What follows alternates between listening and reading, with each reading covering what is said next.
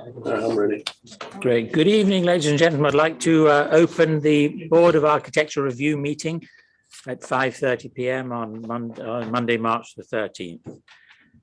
And I'd like to welcome the first applicants, Bill Lee and Tatiana Kirmaskaya, to come up with their landscape architect, William Boyce, to tell us what the plans are.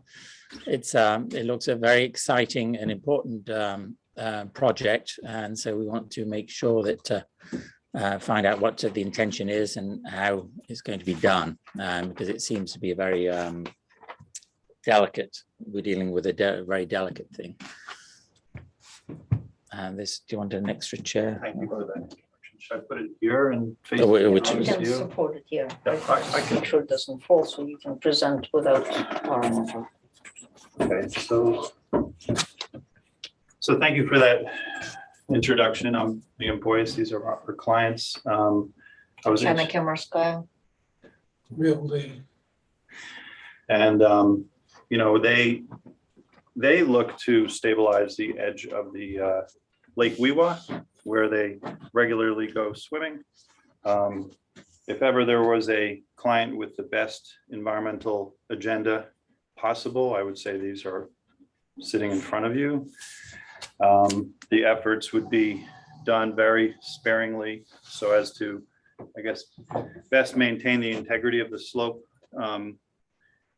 with materials from Tuxedo Park in a way that enhances the riparian buffer that's already there. So to give a little background into the woes of the site, right now, opposite the lake along the road here, the water cascades down the driveway. Also, the front yard goes across this landscape and pretty much dumps right into Lake Weewa. So that causes severe undercutting of a lot of the trees here, and you can see in the photographs. Would you like me to mark this as an exhibit, or? we have it. We all have it. You have all of them Yeah, already. yeah. So in the, I guess, the illustrative drawing with the photographs, you can see the trees are undercut. That's initially why they called, because they're losing ground year after year. So we put together what we feel is a good combination of soft armoring and hard armoring. The hard armoring would be rocks placed very delicately, thank you for that adverb, along the edge. That would be backfilled with soil from the site. Then we would put a geotextile over that, which is organic in nature, held together with stakes that can biodegrade, and then spread out the geotextile to plant native plugs and perennials. There's an accompanying plant schedule. Everything is native. The geotech being the jute, it's Yes. jute webbing or something. Okay. Exactly Yeah. that, yeah. So the intent is, prior to the roots growing for the plants, the jute netting would Right. hold things in place. Sure. Again, that would reduce erosion, but we really want to capture the water at its source. So right now the water comes down the driveway and it just floods over and goes into this area. Our idea is to break the curb, add a little bit of, stones here. It would be probably 1.5 to 3 inch stones. Have it flow through a bioswale. This will have some, you can see it in the detail.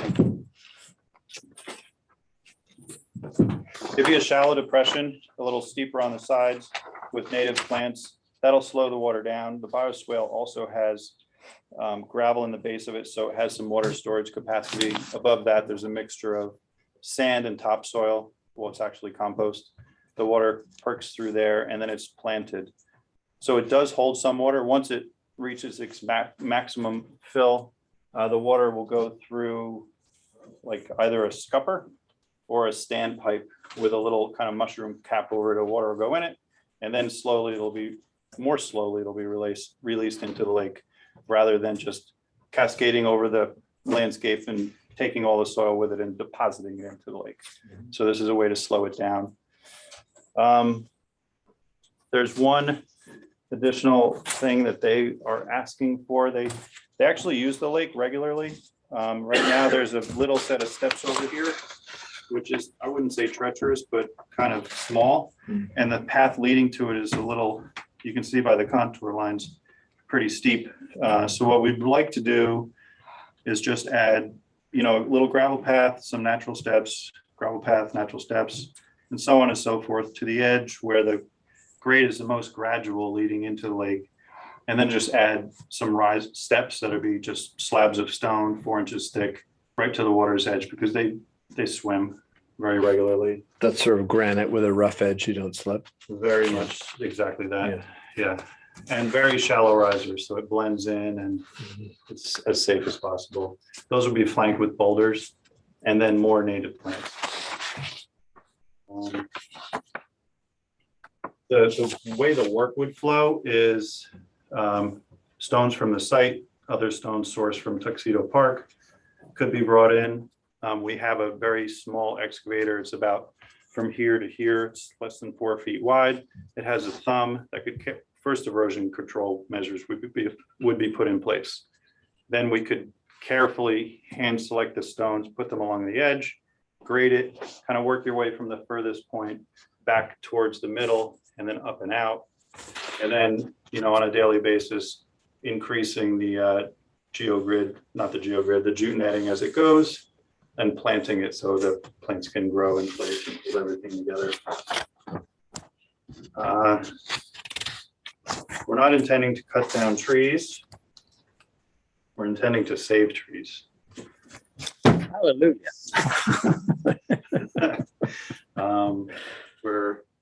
That's really it.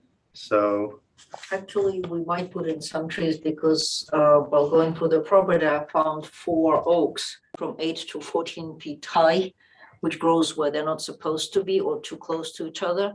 And I just didn't get the chance as I was going through it.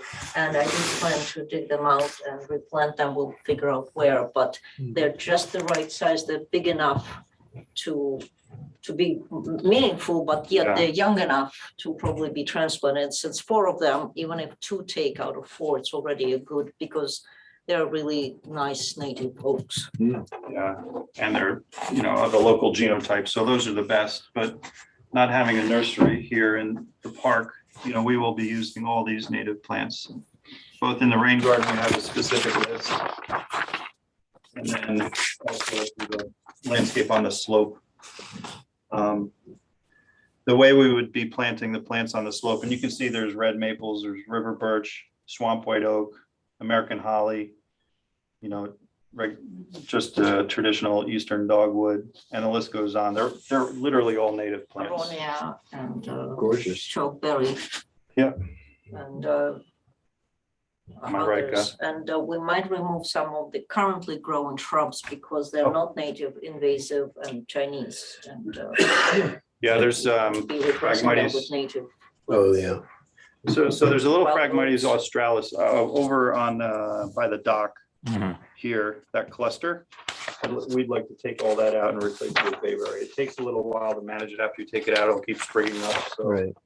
we can continue. That's a maintenance issue. And if it's a condition of approval that we continue and have at it for a few years until we eradicate it, we're, happy to do that because it serves no purpose except for a little windbreak for ducks every now and then, but it's really not very valuable. As some of you might know, I'm currently managing, for my 2nd year, managing the rain garden by the office at the corner. Ah, That was started by the garden club and was neglected during COVID just because it was difficult for the club to get together. And so that gave me the chance to familiarize myself with the plants used already for the rain garden and get the idea that we will be following while trying to maintain the water control. And one of the reasons for the steps is because here are trees, which we had a special survey to mark, even the smaller ones, which usually not going on the survey, to make sure they're preserved. But here the water runs, there's an improper built wall, and the water runs down this slope and erosion here, but when it's much deeper, that's why we need gradual decline to, and just the plants may not be enough to hold this particular part. That's why the stones to gradually support the bank, because it's about 6 feet difference. And if you just do it for planting, you need to go out at least 18 feet, which clearly we cannot go out in the lake 18 feet to make the slope supportive enough for the plants to. And if it's more steep, then plants get washed off. So yeah, you will notice there's a few symmetric, parallel walls through here. Those walls at no point are higher than 4 feet. They wouldn't be made of a Pennsylvania fieldstone as they are now, which is not indigenous. We would revert those back to a regular round fieldstone glacial till kind of look, very organic. And they're somewhat necessary because I have to create a level spot for the level but sloping spot for the bioswale. Otherwise, it'll just wash right out.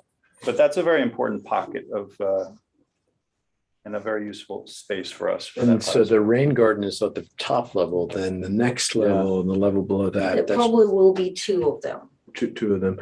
And because of the way the driveway turns and the Mhm, way water runs from the hill above across the road mhm. and inside. And what's between the, you know, in each of these terraced levels? Is that lawn, is it turf, or is it other? Right now, it's just junk, but it will be what's- lawn with a rain garden. Oh, okay, plant. so the rain garden, then the retaining wall, then turf, then retaining wall, then more turf, right, okay.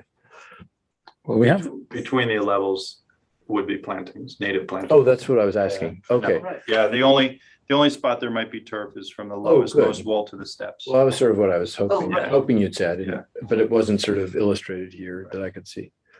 we certainly have a very high level of confidence with the owners and you know their experience with this sort of thing and your experience with riparian buffers. Dealing with riparian buffers, though, it's kind of like 1 step back for 2 steps forward. So there's a lot of concern people in Tuxedo Park about any work done on lake fronts, that it's done properly. And as I say, it's sometimes, you know, looks dramatic and 1 step back for 2 steps forward. So if you could, we have a few questions about that, the process to understand it a little bit more, so that we can make sure that you know that it's you know going in the right direction, which I'm sure it is. But the actual amount of land that has been sort of eroded, are you restoring that land, or is it the shore edge? Are you where are the boulders going, within the shoreline or in the water, or?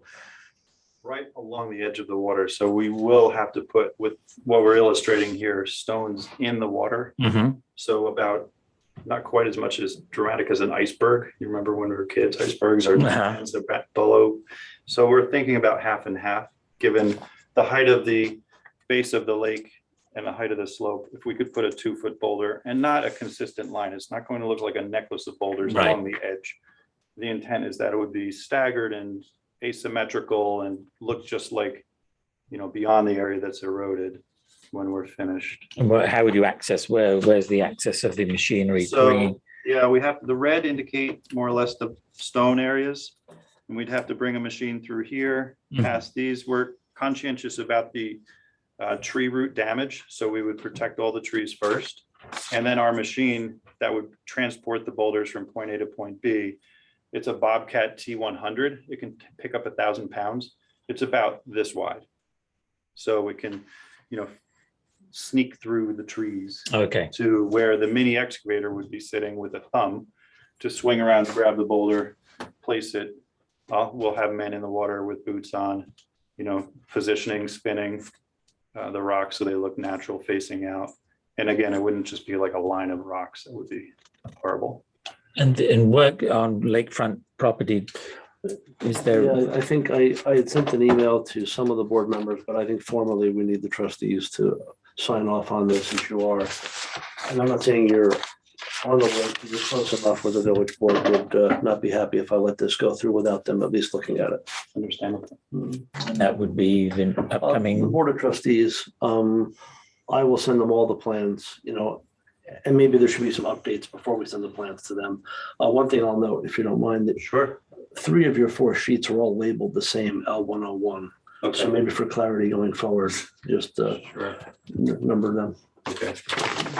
And I have a couple of other questions, but let me, if you, I just have a question. So I know that the water level varies, but approximately from the seafloor to the end of the boulders, is it a 4 feet wall almost that goes across? Well, from the seafloor to the top of the grade might be 4 feet. So the intent is that the boulders might make up the bottom half or a third. Right, And then we would step stones back in between where the stones kind of lean on each other. There might be voids where we could plant. But the intent is not to make a 4-foot right. seawall. It's to Right. have one low, one step back and plant in between. And it's a very artistic kind of Right. pursuit. Process, it's not Yeah. easy to explain really, I guess. And When where are the water fire- goes, oh, sorry, when the water goes down, you can walk by the property, by the edge, as you Yeah. can see here, you can. But when the water goes up, you can't walk. So it's very difficult to say at Yeah, some point, the whole wall will be under the water, Yeah. especially in the spring. Like this year, the water didn't really go down. Last year when it was ice, before ice settled, the water went down considerably because there's a dam. So that's about 2 Yeah. feet difference. It goes up and down. Very difficult because so it's easier to do it at the end of the summer when it's low. mhm, And you see what you're doing, but in the spring, it all disappears. Like I have what I thought was a peninsula, and then it becomes an island, and then it disappears under the water completely to come back again. It's like. Very dynamic. it's a fabulous island. love I it. know that. Well, just to give you a little start, there's a reason why it fluctuates so much. Because of the design of the dam, the village is required to lower the level of the lake at the end of the summer. So that's why you might see, Because in otherwise, addition to whatever the rainfall yeah, situation but is. because otherwise it will just overflow because there's so much water, all the water from Tuxedo Lake and pond Pond number number 3 three. eventually comes to Weaver, where the lowest in the Cascade. Mhm. So that's again why there's such dramatic change. And that's why erosion is so bad because a lot of waves. I just drew this line to illustrate about how the low, Right. Roughly. roughly, yeah, and then the high tide would be. Now, about- those coconut logs, where are they? Are they just gonna be interspersed? Because I mean, kind of looked them up and because I had never seen one. Yeah. Have they been used in the park anywhere? Or I is, don't know if they've been used here. They have been used Mm. extensively around this exact situation. that's just kind of a sort of a temporary appearance that, Mhm. And they get silted in and the plants grow on them, leaves fall on them, and they look very new and manufactured there, Mhm. but that within a year, they would you expect them to different. go than the entire 300 feet? No. just interspersed where rocks won't work Mhm. or where, because we don't want a continuous line of boulders Right. where it would be more beneficial to have an interspersion of the coconut logs. So are with more those plants. pilings that are driven down like 4 feet or For how? the coconut logs? Correct. They're just oak stakes that are like 2 by 2 and they're hammered And in. how deep are they? They go into they're hard to get in, but they go in about a foot. Oh, okay. And then Oh, you I see. put one on either side and you lash between them. You put another one a foot or 2 away and then you lash I between see. them. Mhm. Are they holding the jute in or is that something? They different? hold the toe of slope. So if the wave action occurred, let's say, let's say this circle, it's a profile of it. The wave action should hit right in the middle of it. So most of the wave action hits the I coconut see. log. Right. Sometimes you can put 2 coconut logs, stack them up behind each other and then lash them So together. the jute's being held in by something much, much smaller. Like what is that material? Oh, that's that's a very small staple made out of, I can't remember, call it cornstarch, I think. I see. Biodegradable. And they biodegrade in like 2 years, they're gone. What is the long-term intention of the coconut logs? Do they disintegrate or they would always be visible? They Or disintegrate. because I've never heard of them being used here at all. Yeah, they disintegrate completely. They are a growing medium for the roots of the plants that we plug into them and between them. Okay, you didn't mention that earlier. Yeah. That makes a little more sense. Yeah, we were going to use it on hill slope stabilization at the Racetrack Nature Preserve. We didn't in the end, but it's Was there any reason you didn't or? no, I think we didn't have the budget. Oh, I see. There we go. That's a good reason. The handrail, which is obviously important so you don't slip down the steps, is noted here as a sketch. What are you planning it to be made of?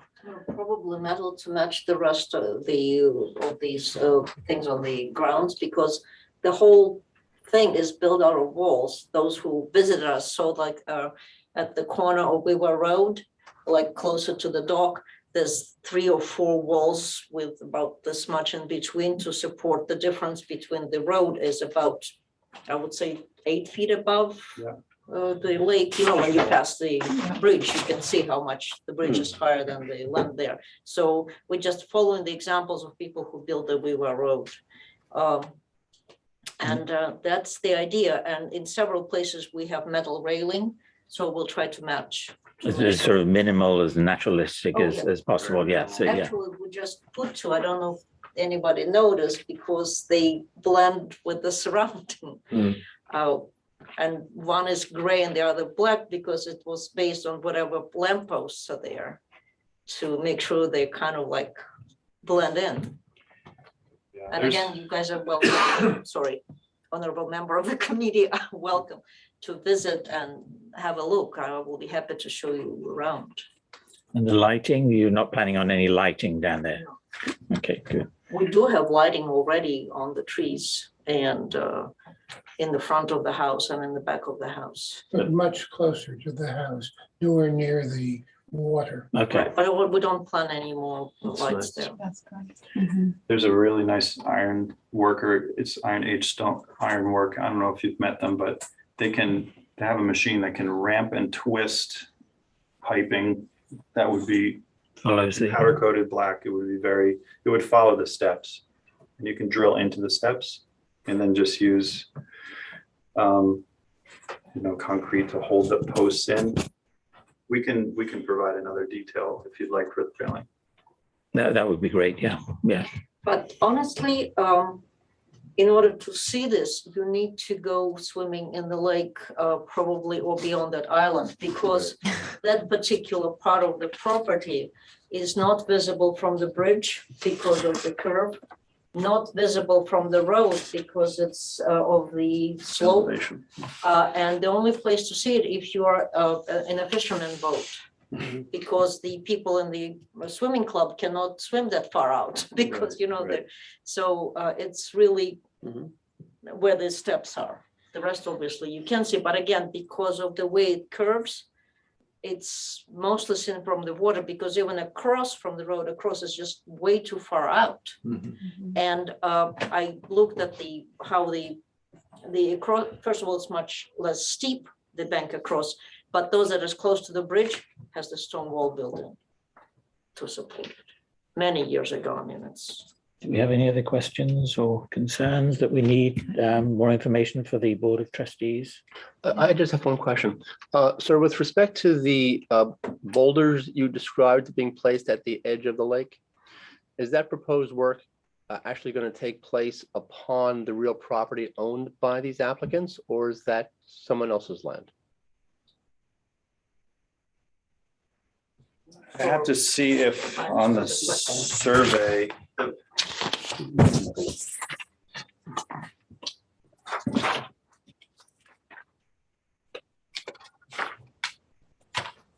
Is the lake is village owned property? Right, but sometimes the deeds will indicate that you own X number of feet into the lake for placing of docks and things of that nature. So your deed would probably tell you that. I think it's easier to propose improvements to your own property. It's quite another to someone else's. That's a very valid point. If I'm reading this survey properly, it's a little pixelated. It looks like there's a nice straight property line about varying from 0 feet to 5 to 10 feet in from what appears to be the surveyed edge of water. So Okay. we're kind of in that, gray area, possibly beyond the property line. And then we would want to check the deeds to see if we The can. surveyed edge of water would be, I don't know if there's a determination of that, because as everyone just testified to, it fluctuates all the time. So you may well be within your property lines or not. So I think it's just something just to clarify. When we bought the property, it was much bigger because it was during the 7 years when the dam was. You get your money back then, I think, yeah. And the island that across was then a peninsula. But the island actually belongs to the Weaver property. To your right property. on the lake. So I don't know about the land between the island and us, but at least part of the property on the lake is owned by that. belongs to the property.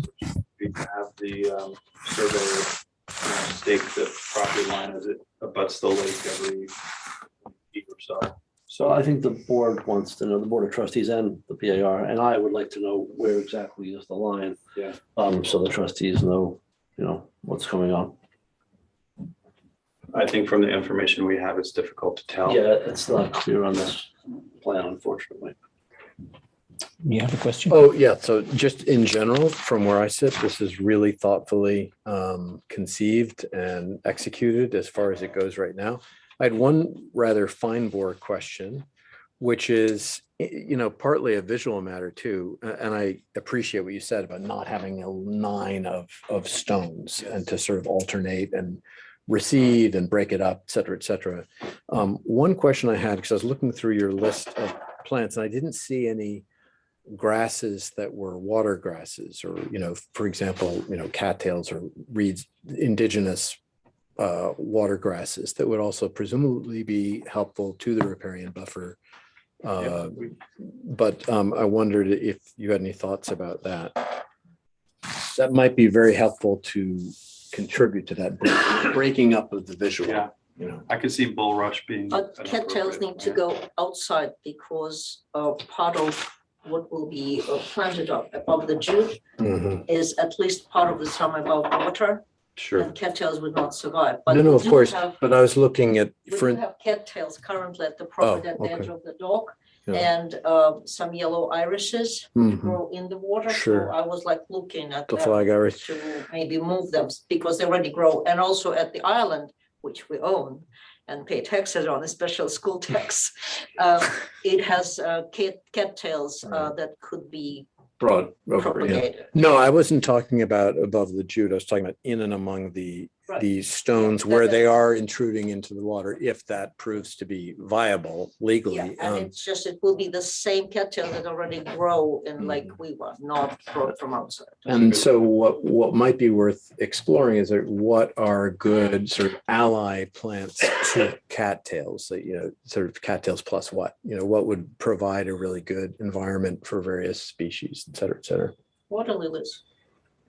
Well, But gotta be careful. they- But I mean, things that grow in and among them, right, among that would be natural looking and among the boulders, There's many of the plants that are there are transitional wetland plants, Yeah. especially we can borrow from the rain garden list. Yeah, and pickerel weed or something. Or Bulrush would be appropriate. And I understand the utility of those because if we had them in the foreground of the boulders, the view from the lake would be Right.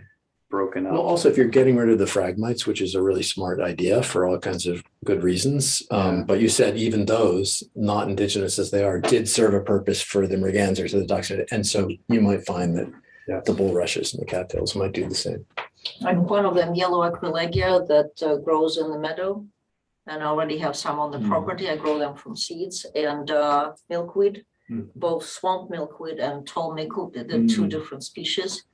And swamp milkweed would also go very nice at the very edge, and it's good for the Yeah, this butterflies. list Because I'm is also volunteering gorgeous. for Sterling Park, and they distribute native seeds and Oh, nice. obviously we grow more than we can use. You know, with Fantastic. Seeds, you never know how many will come out. Yeah. Just not to have seeds in our pockets at any Yeah. given time. No, we're very excited. Thank you. It's a So- great list. Yeah, no, it as far really as is. it So, so we look forward to getting these fine details so we can present it to the Board of Trustees and then move it forward. Thank you. Great. Thank you so much. The best way to submit those correctly. Yeah. Exactly. Thank you for your consideration. Thank you. Thank you. Applicant number 2, Tuxedo M&M Holdings, please, if you'd like to come forward.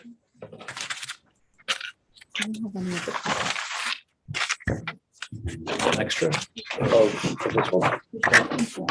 That's- For the M&M Oh, Holdings. here we go. Hold on. So, yeah, 3 cents. That's the most updated one. Sorry. You have, yeah, 3/6, and we're okay. We'll talk about it.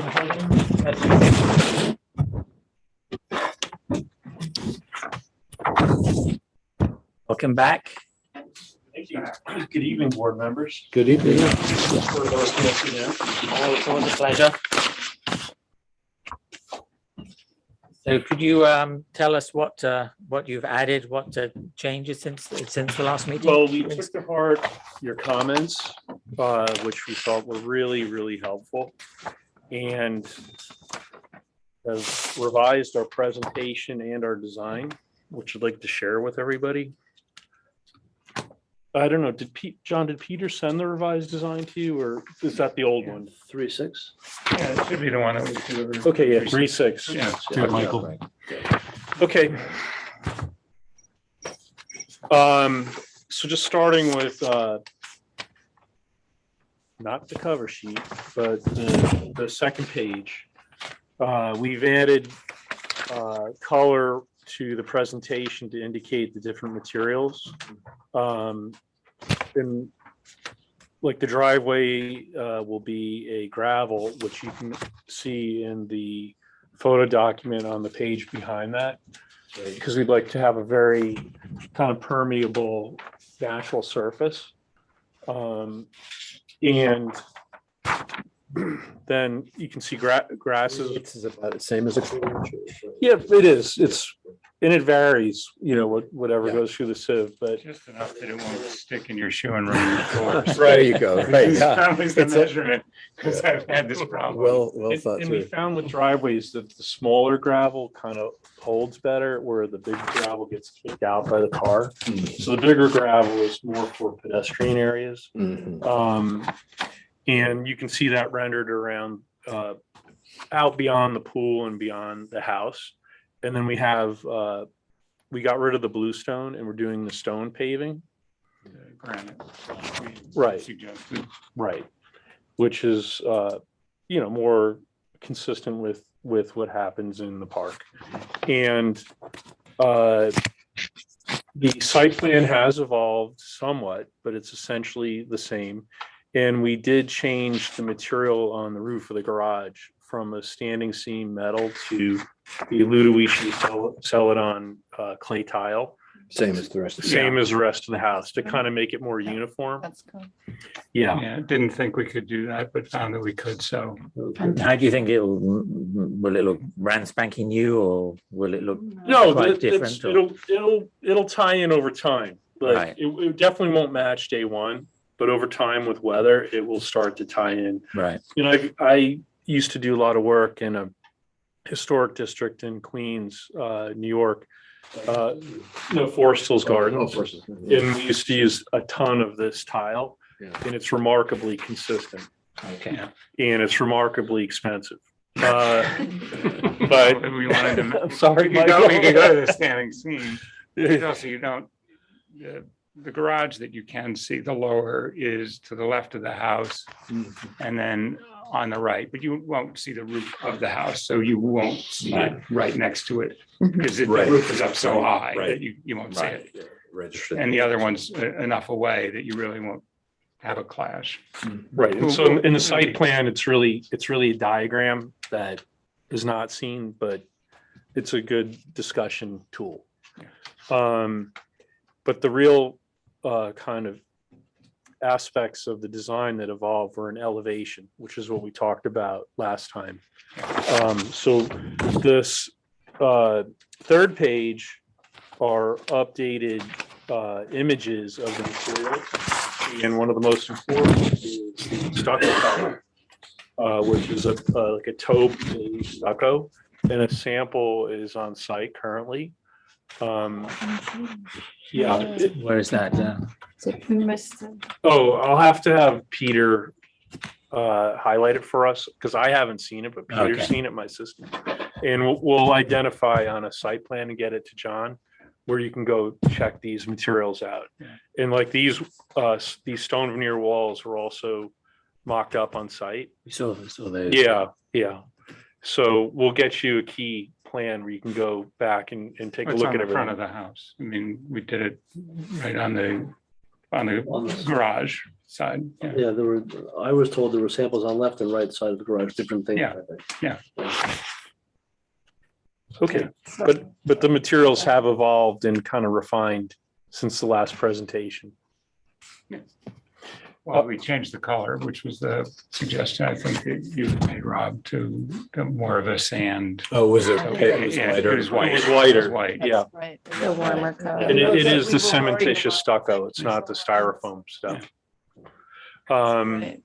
And we paint, the garage doors, which, are rotating around to the other side of the garage, are going to be painted like it's called chimichurri, but it's like a kind of camouflage greenish color.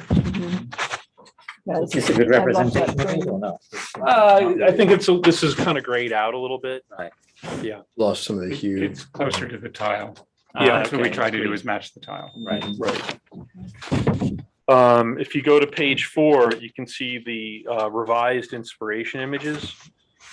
In particular, we're pursuing and specking the optimum steel windows. And They're beautiful. they're, I Yeah, think they're they're, beautiful. we took Mike and Margie to the showroom in Manhattan. And I think, they're pretty impressive and very appropriate. Visually, but also functionally. They're really well made and very energy efficient with thermal brakes and insulated glass and all the kind of bells and whistles. Cheap, yeah. That's not really in the I know. presentation tonight, anything cheap. But our goal is just to do a really good job. And Such a big part of the house is the windows, yeah. And they're incredibly durable, which when you see old houses that are built well, the windows hold up and the cement stucco holds up. When you use vinyl and the styrofoam with stucco on it, you can look at it, you can tell it's going to fall apart. And our goal is so you can feel the strength of the materials in the design. And kind of moving through, you see the images of the windows from exterior and interior. Another image 16, we have our 2 bays that we're reconstructing, and we're going to have the lead coated copper roofing on that, but we've taken the ridge line down, so they're not as High. high. Yeah. And you Yeah, can, we when we brought get them. the elevations, you I can- thought that was really successful. yeah, and Really I know good. that was an element that was discussed in the last presentation, but we moderated that. And I think that kind of sort of moderation, it's not as dramatic. It's more subtle. And we modified the fascia around the base of the roof to get that margin over the windows, where the windows were kind of stuck up onto the eave before. Right. Now you have Yeah. breathing room, so everything's getting a chance to breathe. Yeah, Um, that was great. and it's that kind of thing where with everyone looking at it, we're taking all this input and really optimizing the design. And we have some pergolas on site connecting our architectural elements, which will be constructed out of cedar, which as it ages will gray out. And if you go back to the site plan, you can see the pergola connecting the garage to the house. And then we have a pergola by the pool, kind of bookending the site plan. Those have not changed. No. But I think that natural wood element continues to soften up the design, Mhm. and give it kind of variety and texture. Because the house is kind of just like really massive right now, and we want to kind of get it to blend better visually. So those images 17 and 18 are just kind of inspirations for pergola with, they're somewhat architectural, but they'll be organic with vines and things growing on them, wisteria or whatever Mike and Margie choose. Image 19 is a detail of the entry door, it's a, Came out really- it's a wrought iron door, and we're being inspired by kind of Italian Renaissance revival. And, so that's where that's coming from. And I mentioned in our prior presentation that we have craftsmen in the city that actually still produce these things. So you can see this in the elevation, which the front elevation, which is the east, you can see we've gotten rid of the dramatic metalwork above the portico and kind of really simplified it and toned that down. Added the arched windows flanking the entrance, which relate to the arched opening with the wrought iron. So it all starts to give a focal point to the entry, but it kind of starts to all hang together nicely, I think.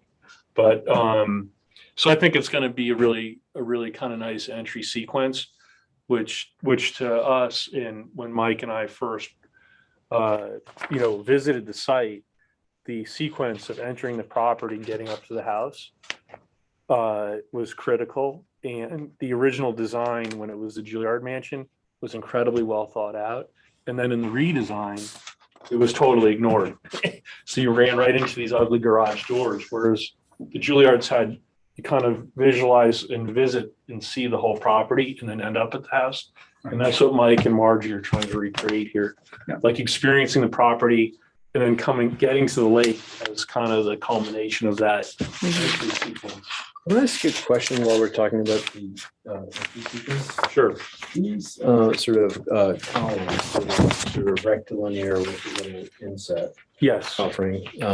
Those are, right now you have those as wooden. Yes. Yeah. Painted. Painted, right.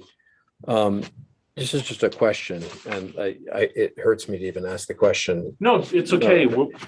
Had you considered doing these in stone? Yes. And that just is not. We considered it, and we actually discussed it in the last Oh, meeting. did we? I forgot. Because we were talking, because it wasn't well rendered at the time.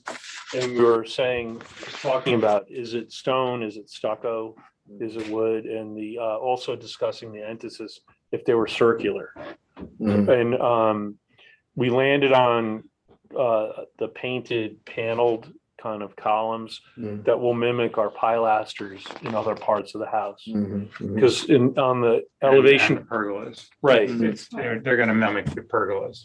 That's what's really Right. happening. It's the same Right. design as the pergola. Oh, okay. in the elevation facing the lake, Mhm. one of our discussion points at the last presentation was kind of breaking up the sort of monotony of the glass Mhm. facing the lake. And we added, Oh, I see what you're added the saying. panel pilasters there to give a rhythm and also make it look less modern and make it look more traditional. Mhm. Go to, I guess. Oh, I see over here, these ones you're Yes, talking about. yes. Yeah. Yeah, if you look at that Wait. proposed west elevation, so it kind of syncs with that theme. And like Mike said, it ties in also with our pergolas as well. I mean, one thing I would say is just offering us a small reaction, take it for what it's worth. You know, these are not experienced in the same moment or site as these. It seems to me to be quite a different moment in the Right. experience. What I would care more about is the relationship between these columns and the rather formal and elaborate, the use of materials of that door. It's simply not the kind of door you find with wooden columns. Okay. It's something you see in a limestone building or a chateau or Sure. a major house in a major city. Right. So to me, that, especially when I saw the elevation that was colored, this one, and I was sort of unclear as to what the color was. And then I began thinking about the material and the relationship from this very important moment of the experience of the house and in that door. It just felt to me slightly discordant, but take that for what it is. Well, I think it's a very astute observation, and I understand what you're saying is like it is a different part of the experience of entering the house, whereas when you get to the other side, you're looking out at the lake and it's a different type of moment. Like It's a you're, more you're like- recreational. you're outdoor- settled in that moment, whereas you're in transition through the center. It's just a very formal. Well, what I was, If you do it in stone, is it that you match the granite that's, I would imagine, I don't know what you're using for your sills and your lintels and your sills. Are you using sort of a limestone or a sandstone or? Yes, yes, something that'll work with the stucco. That's what I would have imagined is a rather, because this house is so gorgeously stark and sort of Schinkel-esque in its way, I would simply have columnar limestone or sandstone, sort of very Like a simple, Doric type of Yeah. column. extremely Simple Okay. but of a very satisfying material material. that it serves as a good counterpoint to this very, very serious we door. use the same material then as the sills. Yeah. Yeah, Well, I think and that's again, the idea. And my feeling is that Squared off to still. the extent that these have to have a dialogue with any other piece of material, it's the things that are Right. directly within the sight of them. And so squared. I would have done sort of a Round, you want a circular. columnar Yeah, okay. for this very Italianate, but Schinkelized Italianate Right. design. Well, it has to bridge this gap because it's very severe and beautifully severe, the house. And that door is just wonderfully rococo decorative. So Right. they're very extreme. And so this is so important, these columns to, I could Bridge see them. it as a limestone column Alright. personally, with a very simple base, with the emphasis in a very simple capital. And I do have to say, I mean, that is a detail that is presumably not expensive, but No, it's, I feel like, I there's. just gotta talk to Marge. So, no, doorknob. Who's away again? But you experience this every Yeah. single time you come in. It's just Yeah. these choosing a detail, Okay. a material for a key detail like that changes the entire experience of, Okay, we'll draw it out. Yeah. I agree with Okay. you. Well, Like you said, a doorknob, it could, if it's like an oil rub bronze, you know what I mean? That sure, is versus some completely punched changed. aluminum We'll draw it out. manufactured handle. Well, the color looked a lot better that you suggested. So, Oh, well. so all right, we'll draw it out. Yeah, Yeah, definitely. We'll draw it out. on that point, we're looking at the old and the new. The old, windows have the surround by them, and the new ones don't. So they seem smaller and less significant. Is there any thought about doing a more of a cornicing or a framing around those? Well, we wanted to keep it pretty simple and clean. Mhm. And the old ones, they were like a cast stone or something. Yeah. With the coining, it's like really like kind of really over the top in a bad way. Yeah. And we want to kind of keep this very restrained. So it's more about the assembly of the structures in the site, and not about this is the house kind of advice thing. we got last time was on the sills, which we put in. Right. That to accent the Give it some- windows. right. That's what Yeah. that was the Ground and windows, rather than to increase the but still size. keep it simple. Yeah. And really focus on the materiality of the stucco and the stone, and not overly embellish it. And the bronze of the windows. I Right. mean, they will be beautiful in themselves. Right. Right. Those windows are, Yeah, they'll be beautiful. The showroom was very impressive. where is the showroom? I'm just It's curious. right in. It's like Chelsea, Yeah, it's like Carmen District area, 20. 37th Street. Oh, okay. 37th Way up Street. there, okay. Yeah. I'll go have a look. So yeah, those are a lot of the elements of the last presentation and commentary that we're addressing. But going down through the images, you can see, again, we had a real kind of, I wouldn't say a mishmash, but a variety of images last time, and this is kind of honing in, on the painted wooden garage doors, on the simple straight spindles that still have detail, but they're not overly ornate. And then the traditional lanterns. Look, it's funny that I didn't get a good impression of these. They looked not as everything is so high quality that you're doing. These ones seem just to me The ones, these images aren't great, but when you look at these lanterns in reality, like, they're really nicely handmade, like originally gas lanterns, Mhm. but these are electrified. And, there's actually a few companies still, in existence, and I think most of them are in Louisiana and New Orleans that still make these handmade Hmm. gas lanterns that they've started to electrify, and that's kind of what we're going for, is like a real handcrafted, hand hammered look. And this is looking like a little too crisp in these images, but when you see the real ones, you'll see. Okay, so. We use them in the city. We use them in a lot of front yards of brownstones, but they're like hand hammered copper. They're really beautiful. Okay, that's reassuring, yeah, because these look like a Home Depot special. No, we're not. You're not gonna do that. Right, yeah, that's what I thought. It wouldn't be consistent with our budget. Right. That'd be the same quality as the windows. And again, there's not a lot of them, so we want, whatever we do, we want it to look really nice. Yeah. Because we're not trying to overlight the house, we're trying to like light the entrance and make pools of light instead of like, a ton of light, but like these little moments of light to highlight different parts of the house. And then we're still working on the plans with Mike and Margie, and we're getting very close with that. And I know that's not really in your wheelhouse here. But the plans You are, would ask to submit the main floor architectural interior because we have asymmetric fireplaces. Right. Just to show why they are where they are. And that's why that page is there. and the current fireplaces are terrible, and they have nothing really to do with the interiors. And we felt it was very important, visually, structurally, spatially, to reconstruct these. And so they relate to our plan.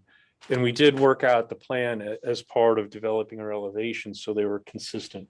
Yeah. It's not, we haven't worked out every single detail, but just so Mike and Margie feel confident that the inside is, Functional. Functional To the outside, exterior. Right, to the exterior. right. And I think we're We're there. there. Amazing flow. That's an aircraft carrier where you land your plane. No, only kidding. Margie's Margie's kitchen. okay. Okay. That's the island. I already sent them a Yes. note. That's too big. Yeah. She's We're never working gonna on get that around it. detail. Fortunately, it doesn't relate to anything on the outside at the moment. Yeah. Right. So the plans are coming along really nicely, and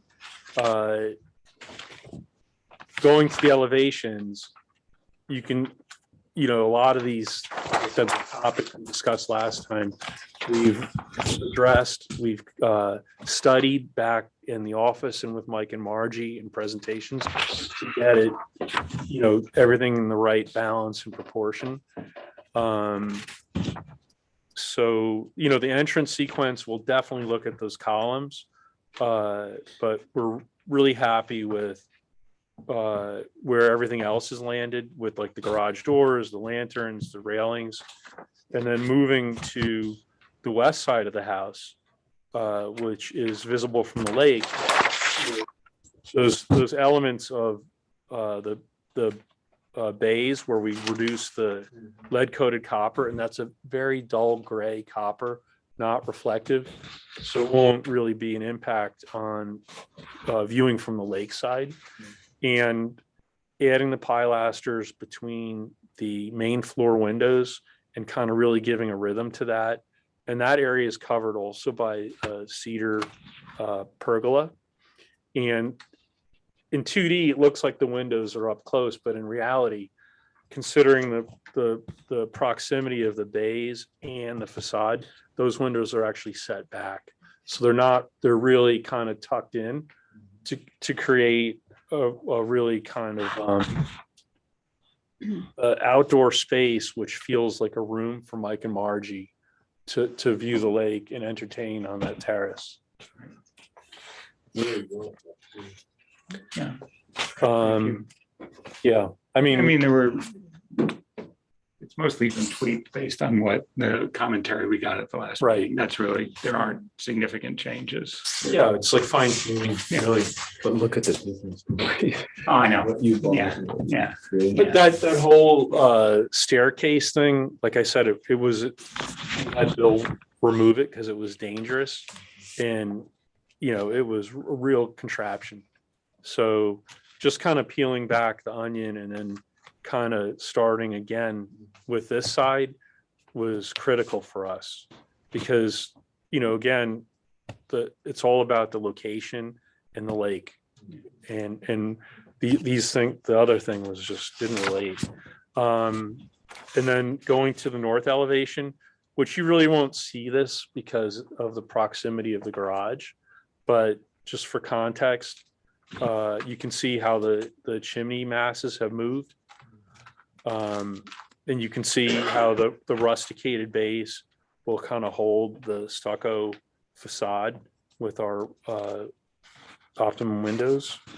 And going to the next page, which again, you really won't see the elevation in this fashion because we have the pool and the pergola, and outside the pergola we have a big planting area to kind of soften that and camouflage that as you come in.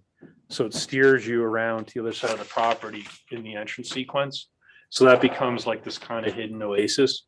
So this is really like a 2D, very architectural elevation, but it shows how we drop the windows, the window heads on the second floor. We drop the peak of the bay. So it's not like very like a castle tower or something. And really here we've incorporated the staircase kind of built into the side of the house, as opposed to being this appendage that hangs off the front of that most important part of the house, blocking the house from the lake. And that's really the connection between the functional kitchen space and down to the pool area. And that pool area, where the land is now, that is the level of the pool. It is. Yeah. And so you'll be excavating Correct. with the pool. We're going down and not going up. And so where you've done that mock-up of the stone wall, is that sort of the height of the wall and then railings, or is that just? I think that's right. I actually did not see the mock-up. Okay.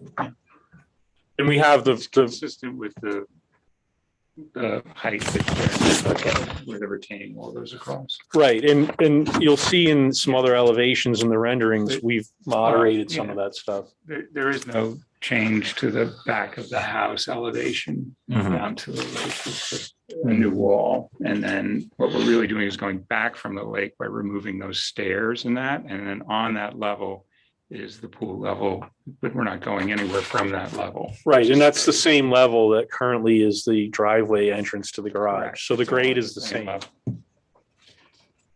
And then, just kind of outboard of that pergola is what we're going to do. We're not landscape architects by any means. So that area will be landscape designed by someone else. If you did happen to come this way on the driveway, it would be all vegetated in there and kind of camouflaging this side of the house. And is Andrea you using? Yeah. So she'll come up with that that plan that Yeah. to soften. She needs these finished and then we go. to- Exactly. And moving to page 10, it's our revised garage design, showing the clay tile roof, the stone base with the stucco facade above with the limestone sills on the optimum windows. And then the renderings have, again, it's not an exact rendition of the colors, but just to give an idea of the material changes in, showing how the garage now ties in with the house and not looking like it came from somewhere else. And, showing the original Juilliard balustrade, which will work to have that restored. That kind of is a huge element of the site. And the gravel driveway with, fairly formal plantings around the house on that side, which you would see in an Italian villa. And with those columnar trees and this kind of real sort of datum for the house. And then you go to the next page, 12, and you can see how it all hangs together on datum that spans from the garage over to the pool pergola. But we've reduced the height of the wall by adding the metal fence elements. Comment you gave us last time. Yeah, to So give we more did that. transparency, because I think everyone reacted to how massive the wall looked. Right. So now it still complies with code, but it's a lot more transparent. Nice. And, it has different elements in it too, facing the lake. Like there's opposite the doors of the house, there's a little kind of promenade area. And then over by the pool, there's stairs. So it continues to break up the kind of potential monotony of all this masonry. And there's some other snippets of renderings showing the architectural treatments of the different connecting elements, the pergolas, let's say, the gravel, the stone. So it's a real kind of palette of different materials and not just like one solid kind of. So satisfying the way this whole plinth just binds it all together. That's what we were really trying for. Yeah. Yep. And Mike and Peter and I studied different locations for the pool. And we really found that this was the best place to have the pool work harmoniously with the house, the lake, and the setbacks. Rather than trying to stick it on the back of the house towards the lake. Right. We didn't want And make it a feature. It's kind of more of a, Right. the house is still the So the feature. house can speak to the. Right, Exactly, that's exactly. right. Yeah. That's exactly right. And when we looked at some villas and stuff like that, like they would typically move something like the pool away from the villa Mhm. and not have it like right in front. Unless you're in Beverly Hills. Right. Yeah. We don't do villas over there. The ironwork, the gates, is that sort of style you're going to use, or is that Which image? these gates here? There, and then the gates here, yeah. These, Yeah, uh, there'll be the spindles and the shapes will be consistent throughout. But there'll be like kind of little different details at a gate, to kind of highlight that area. mhm. But it'll all be kind of a matching vocabulary. And those components, we work with companies that forge these pieces. Mhm. They're not like aluminum, like hollow aluminum. They're actually forged Mhm. pieces. This is the same thought. There's the windows are so, sort of not modernist, but very geometric Minimal. and minimal. Yeah. And then, this element, like, the front door that is, the wrought ironwork is, another style. So it's just, That sort of swoop you're talking about, right? yeah. So it's just, to me, they jar a little bit. It's like, oh, You mean the swoop at the top of the? yeah, just the style. It seems. Well, because the pergola is so gorgeously rectilinear, even of a different material. I think Mike would be happy to just Happy to change the line. keep it I consistent. think that's a Yeah. good note. Yeah. Okay. And also right here too, those Right. two, right? Yeah, they seem There's to, one- everything else is so harmonious and they seem like, Happy to make. the Trying to do change. too much. yeah. Got it. Well, you're right. It looks like something that might have been from the previous iteration of the house and not this glorious Schinkel thing that has taken its place. Yeah, happy to. Yeah, and we can do that. And I think that would actually, again, kind of tone it down. Whereas I think if I can just go back to your materials page, one thing I thought was so clever that this was very interesting because it kind of split the difference of something that is decorative. Yes. I thought had a nice, sorry, page 4 of 14. That I thought Just speaking as one member of 5 or 4, whatever. Yeah, image 21. I thought that had some nice play that still felt pretty sober and Mhm. I do really Not like overly decorative or, Yeah. That's what we're, that's what we're, yeah. and I thought that just nailed it, which is really hard to find. I don't know where you. We have some Made. secret sources. Okay, well, Have that good made. source. okay, But I'd agree the swoop was. Too much. okay. Well, it's good that we have the client here so we can make these executive decisions pretty quickly. Or the client's representative, I should say. Exactly.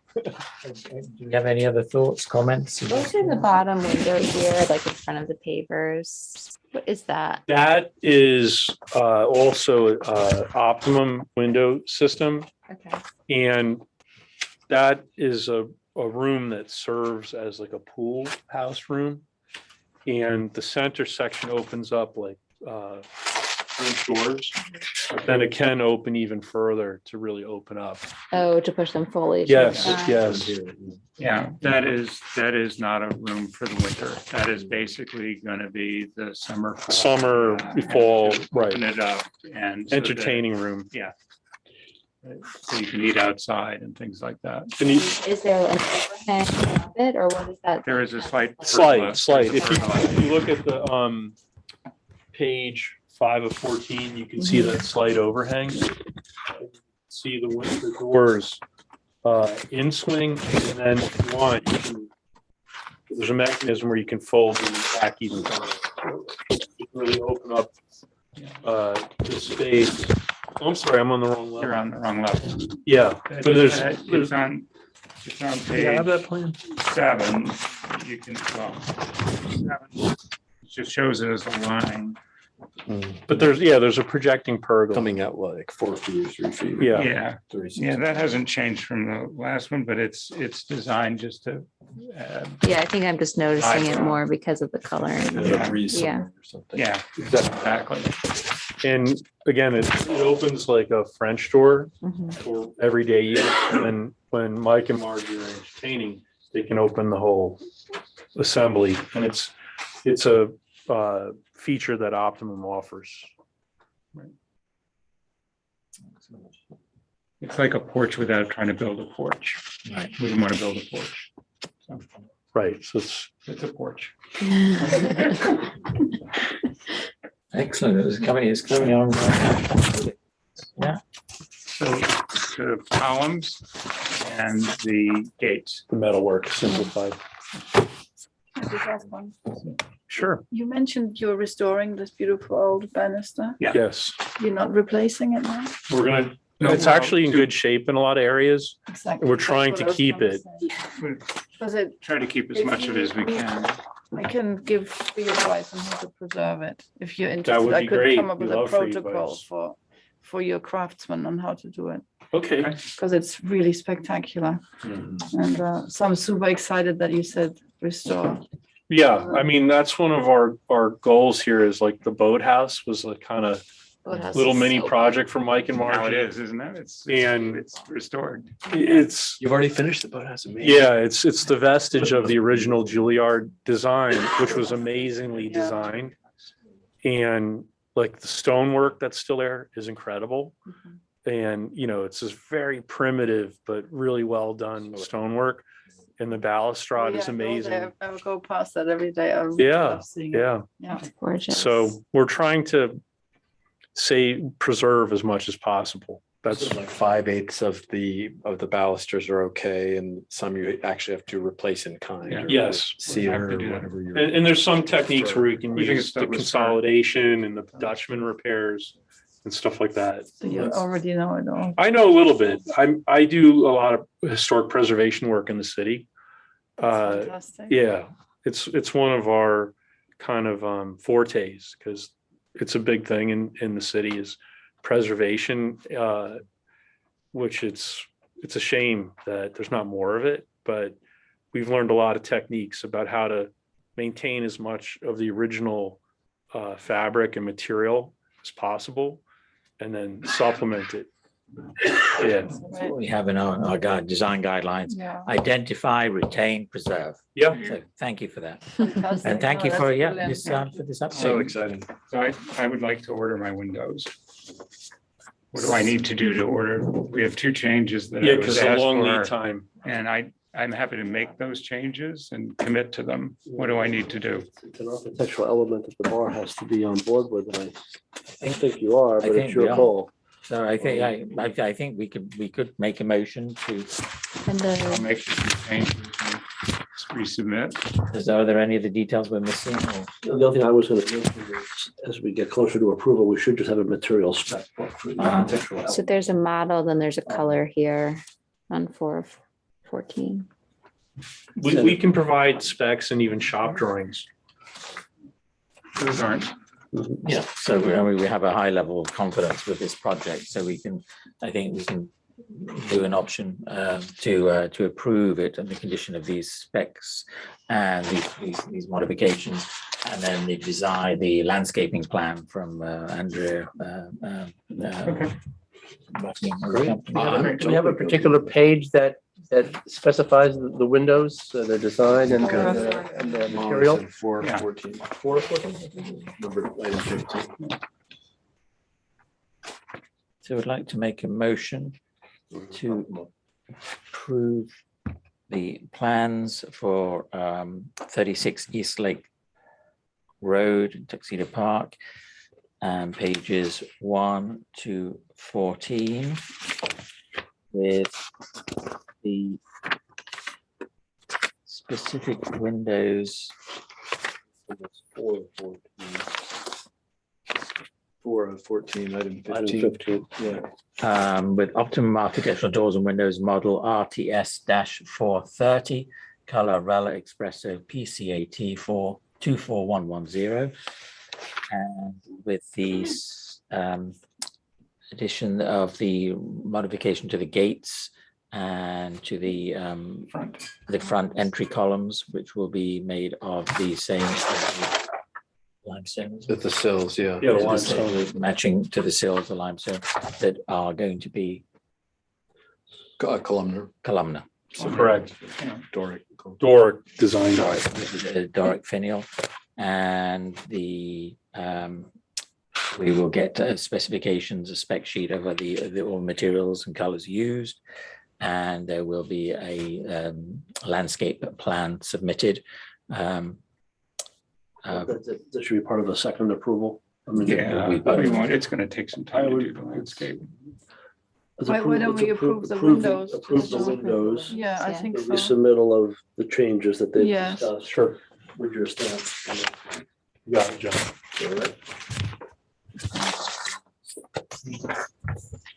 And the Ernst Architect P LLC.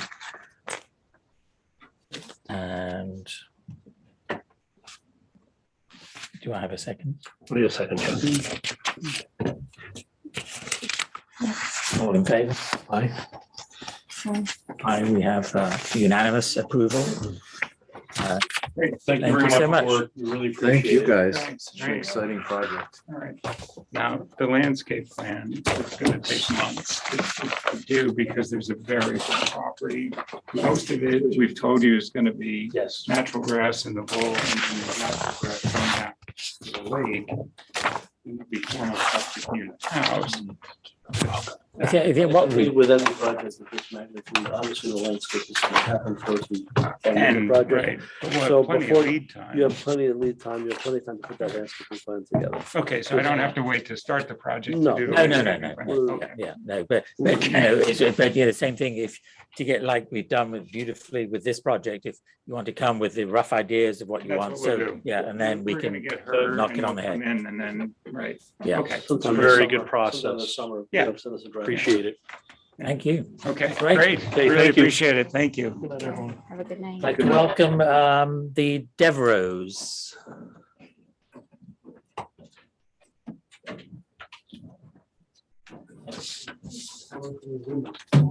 6 months. 6 months, yeah. This is also Helen for that. Hello there, how are you? Very good. I will. Hello, welcome. I'm Andrea Buckingham. Nice to see you. Ah, Nice to meet you. very nice to meet you. Talk of the devil. I think Andrea's going to take you through, and obviously we'll have to ask any questions from there.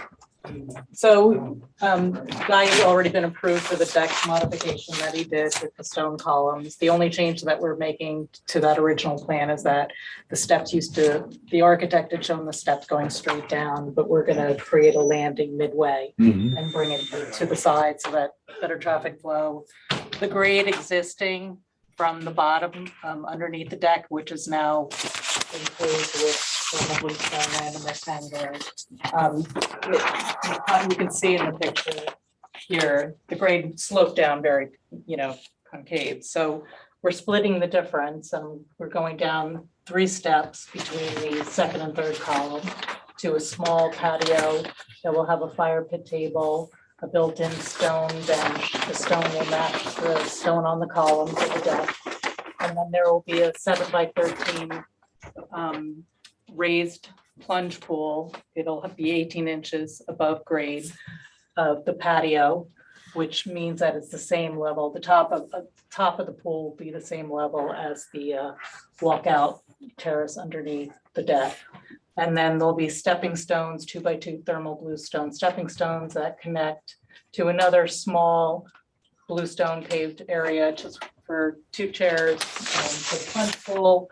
And then coming down the deck, there'll be a little bluestone pad with, again, 3 steps. So you have 3 steps on both sides. These patios are at the same height. And then we're going to do some thermal bluestone slab steps that then go down to the existing level of the lawn. Again, we're matching materials, the thermal bluestone, the stone on the house. We are going to cover, we're going to have gates connecting into the house here and then replace the existing fencing with pool compliant fencing shown over here. The gates will be a little bit more ornamental.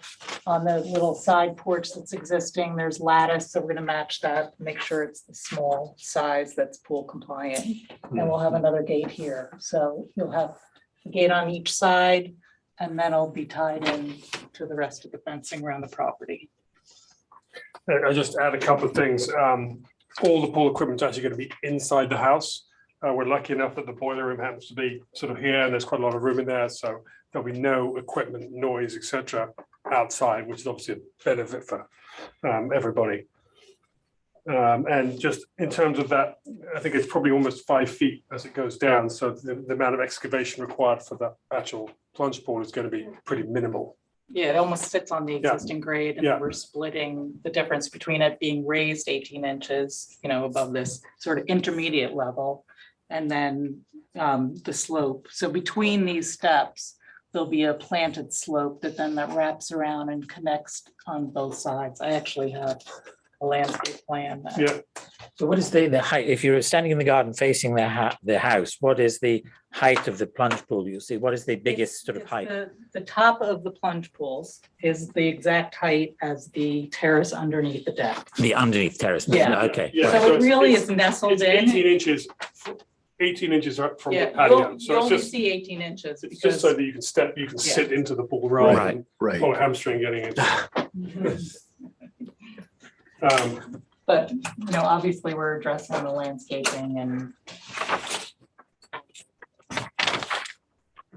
I have a question. Yeah. Thermal bluestone, Yeah. that's not bluestone. What?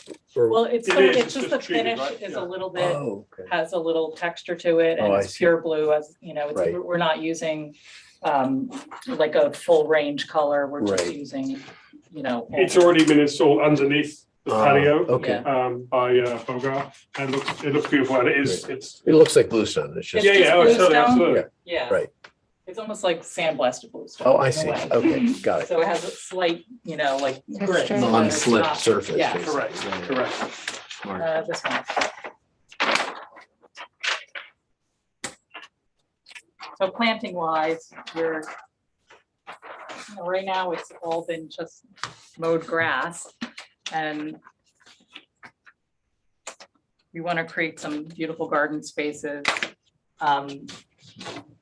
We already put in some screening between the neighbor, the neighbor's garage is almost opposite here, and then his house sits here. So we had, these are existing rhododendrons that are in place and andromedas. We added some cryptomerias. These are large scale oaks that sort of divide the property. There's some boulders on the edge. So plantings on this side are more shade. You know, we have a dogwood that we added, ground covers like epimedium and Lenten rose and foam flowers and Solomon seal.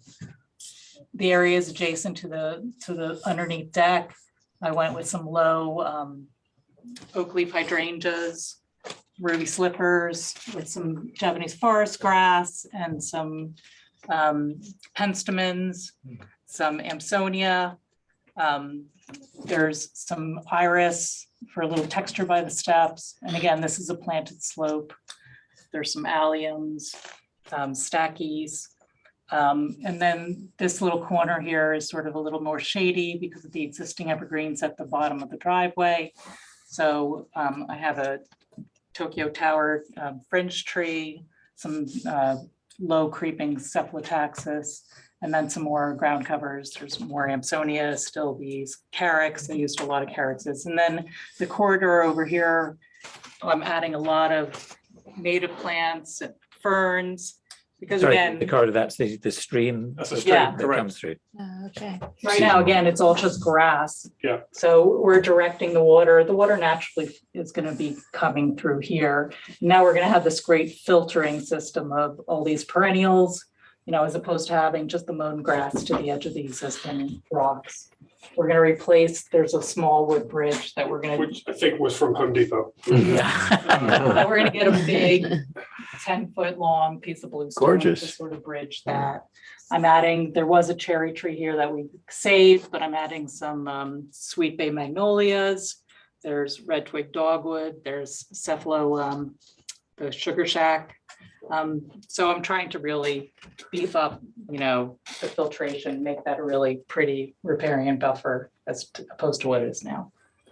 And I know our neighbours wrote a letter, which John has obviously shown you, just expressing concern about the lack of coverage here. I think they saw that we'd planted 4 Six cryptomerians cryptomeria. and thought that we were sort of done. Okay. That was just sort of the initial phases, and we've been speaking to them all day about making sure. And one of the challenges, there is a large oak right here. There were some very, very scraggly fir trees underneath, which we took out because they were so awful. Well, they were dead. They were dead, basically. They never 'cause- made it because of the root competition. Yeah. So we're obviously very conscious not to damage that beautiful oak tree by, you know, planting stuff too close. One solution might be to offer to buy a tree and put it on their side of this to create extra coverage. But we have a good relationship with them, and I'm sure we're going to come to some solutions in terms of making sure that that's. But the garage really effectively covers this piece. They just want to make sure that between the oak and the garage has got sort of adequate coverage.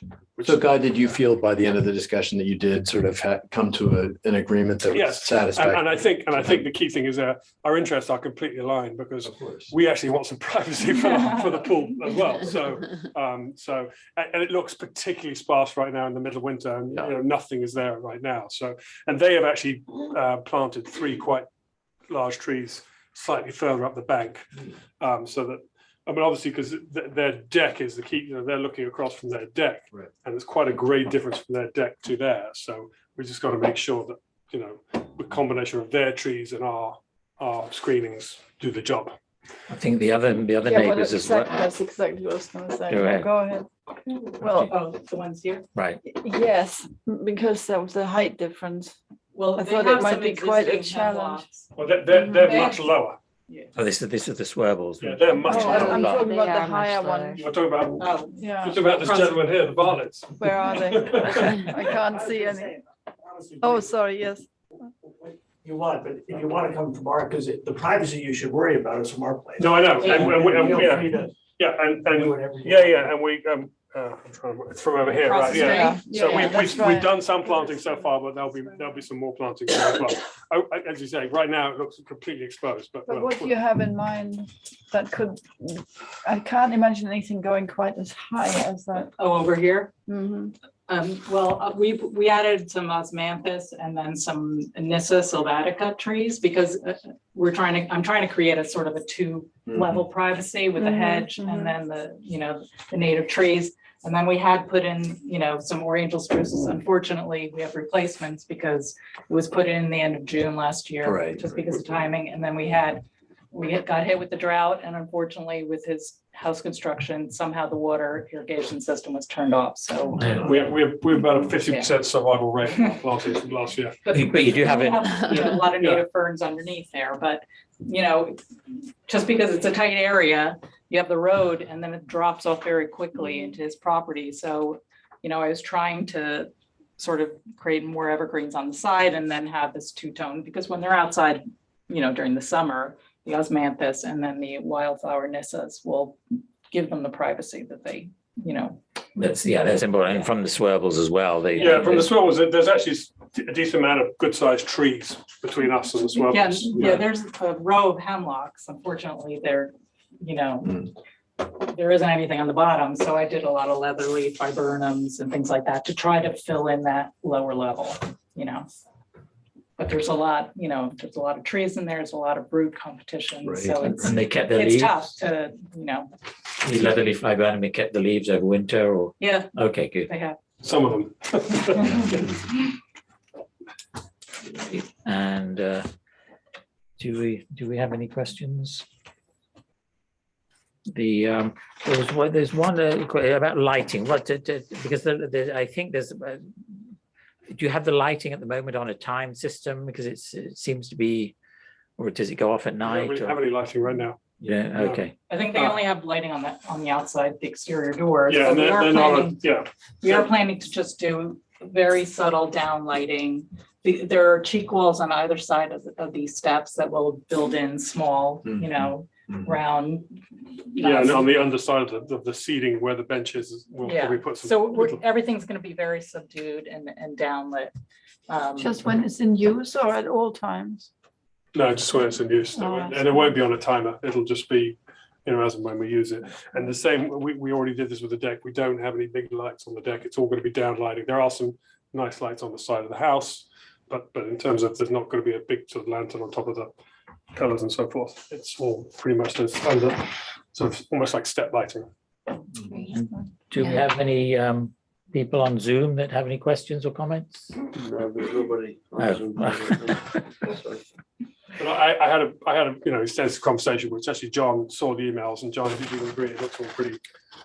Yes, it appeared that your neighbor across the way was more satisfied after he saw your revised plan. Yeah, I think he thought we put Right, six that trees was it. in and that was it. But Right. I explained that, the end of last year was a bit of a disaster for planting anything, so. Yeah, and unfortunately, we put in 8 to 10 foot cryptomerias, Yeah. but his house is, at least 15 feet higher than, so, and we have a lot of root, we have the oaks that we don't want to get too close to damage them. Yeah, So and we're trying we've to seen balance. that trees you know. near that have not survived before, so we're lucky to just put another tree in and watch it not thrive.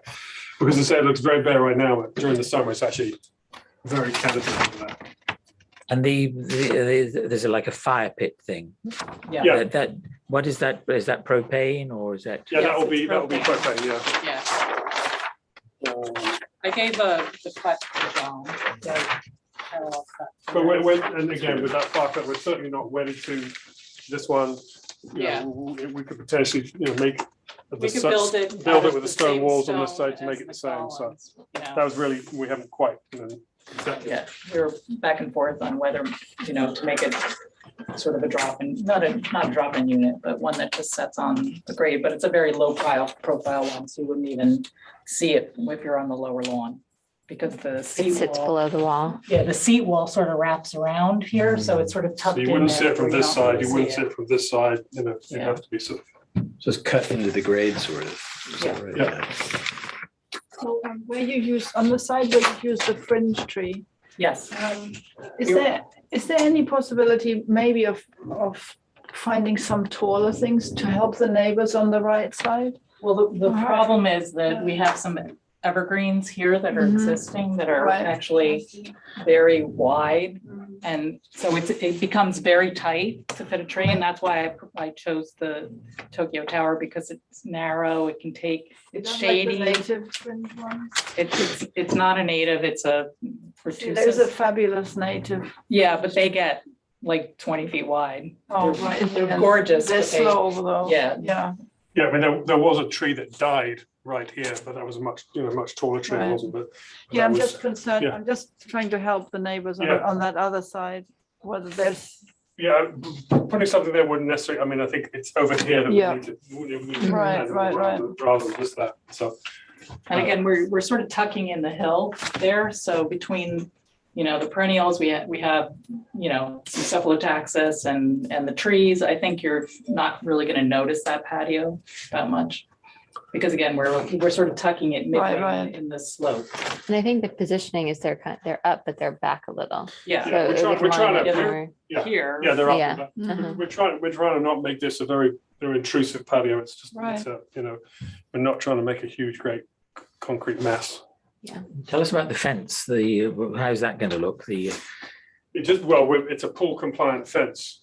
Because It's mesh, is that what it says? Yeah, it's a mesh. and where does that go exactly? Does that go? It has to come around So we're gonna go off, there's a little like sleep, I don't know what you would call it, a there's a little little, porch little that has covered lattice porch. underneath, so that's why we're gonna use lattice for the gates. Mhm. And then it's gonna tie in and then go along the property. Oh, I see. I Okay. thought it was going just around the pool. Yeah, No. Yeah, yeah. no, because that would And actually then- draw attention to the. Right. And then again, exactly. it'll tie in Okay, to this Yeah. corner of the house where again, right, we're gonna use understood. the lattice, so it's all consistent. and the vegetation is going to sort of hide it or? Yeah, Yes. exactly.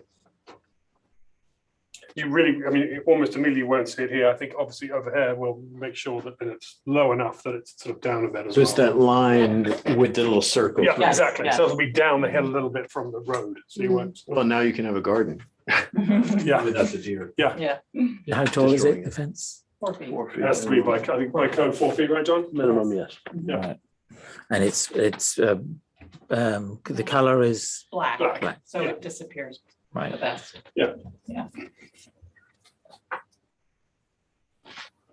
there any other questions or concerns? I think, I mean, my only thing that I'm concerned about is the lighting aspect. That Yeah. the specifics. So I think we're happy to. If it's down lighting, and you're Yeah, not lighting up the it's- neighborhood, I think that's what we're. We certainly have no intention of lighting trees or having any lights. It's Right. just really safety lights for the steps. Yeah. So that at night you can, traverse them. So it's. Yeah, and there'll be, It's and gonna there'll either be, be yeah, built into the cheek wall, again, with like just a small little downlight with a hood, so that it's directed down. Mhm. Or a path light, which again would have, just be a very low level one, where we're just illuminating these steps. And our intention is not to have those on a timer. That's just going to be when we're using it, we'll turn them on. And when do you think We have. they'll be complete? The plunge pool guy is sort of ready to go, and Okay. we're using Bogard, so he's already built, obviously the underneath of this, and the slab for the stairs is already built and so forth, so we're really waiting for the pool equipment, piping and so forth to go in before we can then complete the patio and stuff. Right. This is sort of baked and ready to go, subject to your approval. Okay. I don't have any questions. Okay. Great. By that to read off the. So I'd like to make a motion to approve the plans for the Devereux residence on Clubhouse Road. Continental Road. Sorry, Continental Road. Of the plans numbered sheet 1. We should label sheet 1 and also. I need a full copy of your list. Okay.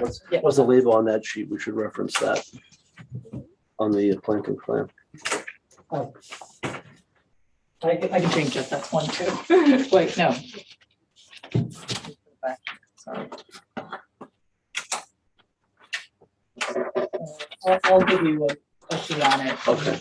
So we'll call that sheet 2. I'll do one of one and one of two. Or Sheet, two, two. sheet 2, dated. Sheet 2 is the landscape plan.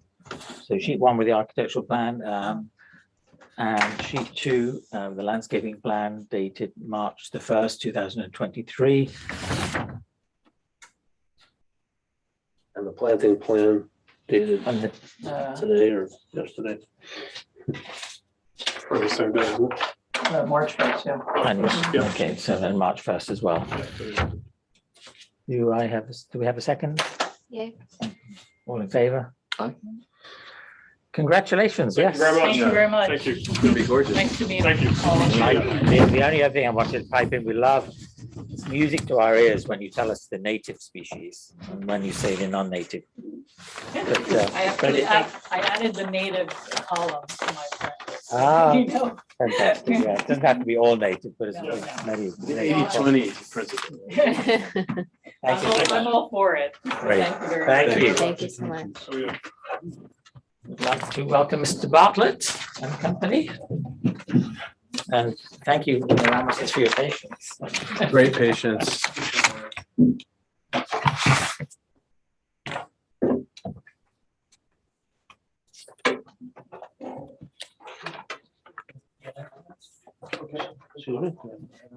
No. Yeah. Oh, I don't know. Everything's at the rubber show.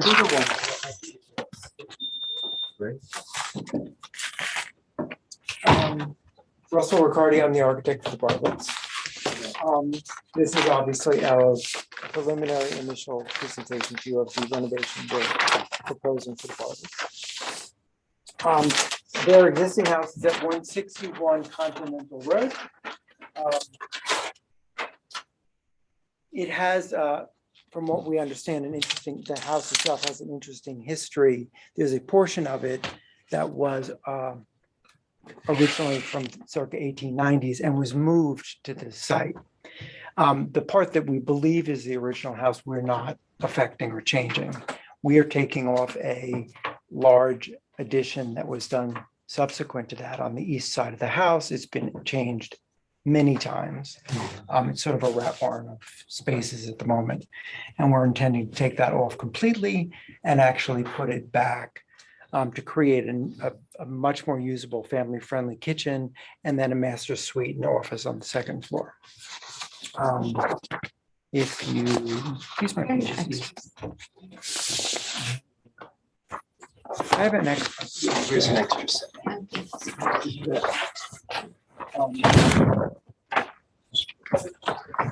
I think the best, the first thing, this is on the second sheet, it did a comparison just of the existing house and the new addition. One of the things that we, the impetus for how we started the idea is that there is an existing beautiful stone wall that's a retaining wall because the property is very steep.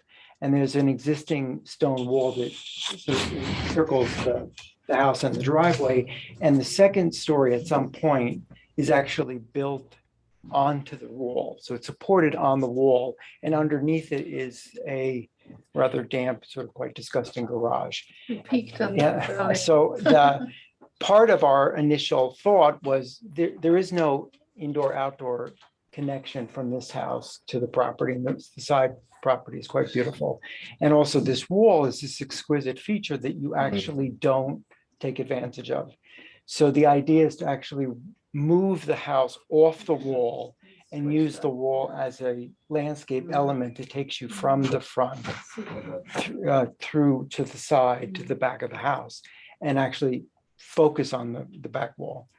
We've also hired and are starting to work with a landscape architecture firm to actually enhance. There's a lot of plantings and landscape that's been done, but we want to enhance that. And then, so that gives you an idea of pulling it away. The actual addition is not enlarging the house at all. It's actually slightly smaller than the existing house. There will be more patio so that the coverage is slightly more, but the existing house is not getting bigger. Just for reference, if you go to this is the front of the house.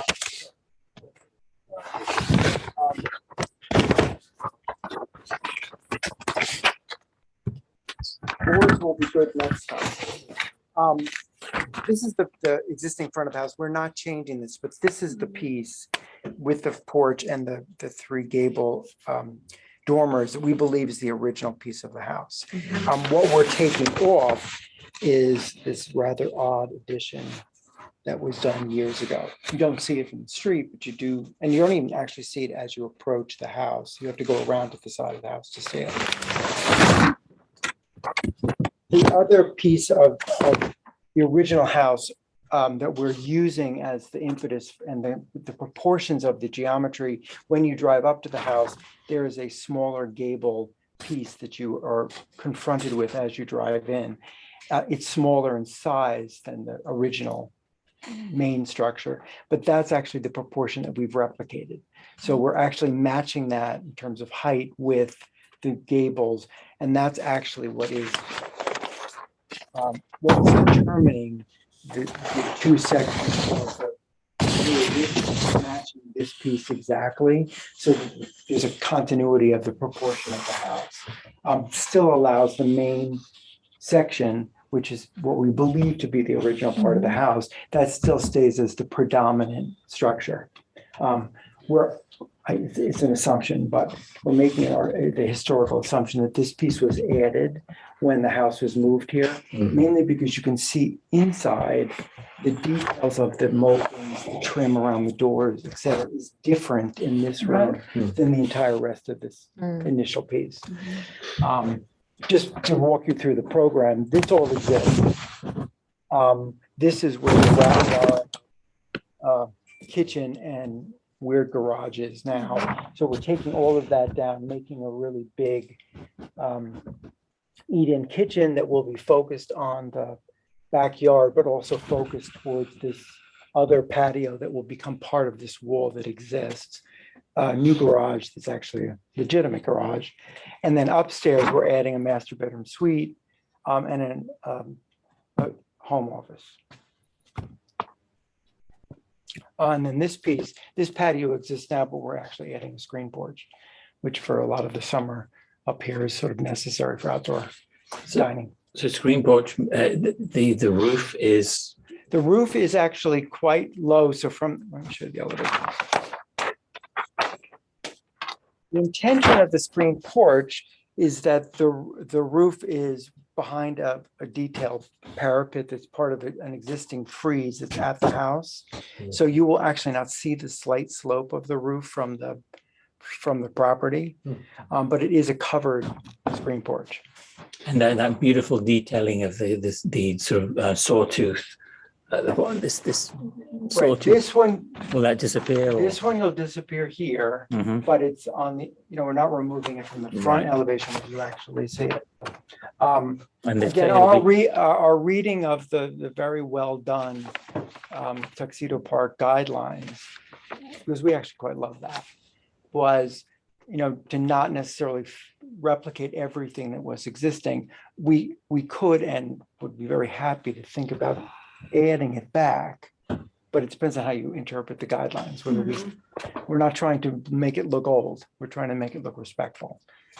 I mean that is a small but huge point as well, that could make the difference in something that's lovely and something that's amazing that looks like, oh, how long did it take you to renovate the house, as opposed to how long did it take you to build a new addition? So, I mean, this will be all nice and clean and new looking and spick and span, but it may look different from this wonderful weathered part over here. So that could be a thought of, replicating or taking that thing and doing the shingles here, the same effect the shingles there, and then the horizontal things there. Right. That could be totally open to that, because it's very, it's a very much a part of the house. It's very obvious that the first level is clapboard, and then the upper part, and there it's quite a thick, like there's many layers of shingles, because that's how they achieve this. It's like three, when you actually look at it, it's almost 3 layers of shingles, and it actually is like bow to it to actually achieve that crenellation thing at that elevation. Totally open to that. I think that would be great. And then in the center, these are skylights on In top this- of the screened-in porch. Right, so the intention was, but again, one of the reasons we're doing that horizontal detail is so that from the ground, you won't see that it's actually a slight slope. Right. But because it's actually tracing the north part of the property, and also there's a living room and dining room that are rooms opening onto the screen porch, the request was to do a coffered glass ceiling at the screen porch so that we don't disturb the light coming out of the screen porch in the living room and dining room. But it's not going to be it's intended to be screened. So the front is actually screened. It's not intended to be a full weather porch. It's really just for the light. The light. So can we go back to, because there was a pretty central thing. You were saying we're not trying to recreate, we're trying to build a modern edition that's complementary. And then Christopher was saying, well, so because there are two different directions one can go, but they're quite So- different ones. I was interpreting it as respectful, but not, that's how I read the things. Like all the original windows in the original part of the house are diamond paned. One approach could be to make all the new windows also diamond pane, but that's literally replicating exactly what was original, and it's not original. So there are other windows, a few that have the 6/1 windows, which is what we were doing in the new edition. So my approach was to say we're being respectful of it. It's not a modern edition, but we're not replicating exactly every detail of the original house. Right. So I guess my question is more like, for example, let's take these beautiful columns with they're ionic or with at this. Are you following through with that or not? Because I couldn't quite tell from the. Right, because there are. Whether the intention was to simplify and do Right. something much more. There are existing now, there are both, in the original part of the porch, there are ionic columns that meld into a much simpler, it's almost flat Doric column. These ones. As you go around, As they become. as you go around the house, the ionic ones disappear. Okay. So they're only now at the front porch, which This is whole probably front. the original one. Mhm. So we were respecting more the Although I flatter see one. them here on this, which is on the garden side. You're right about that. So we were respecting these. Oh, There's a where are combination. these? These are this new portion added in here. But you're keeping those. No, you're not keeping. We those. weren't keeping these. Right, We're not changing the ones on the front. right. Right. So just so we're clear, because I mean, there are many ways of doing a successful Right. design. So the idea is that is that, and this is this, and this being the garden front. Right. So it will be much simplified. It will have a respectful, a sort of posture to the existing, but it will be different. It will be. Right, it's deliberately Simplified. simplified, and what we're trying to also do is unify, because my reaction to the house is that the additions that have been done, some of them are quite heavy. Right. And so what I'm also trying to achieve across this whole garden facade, which is very much private and addressing the garden, is to simplify it and unify it, which is why this.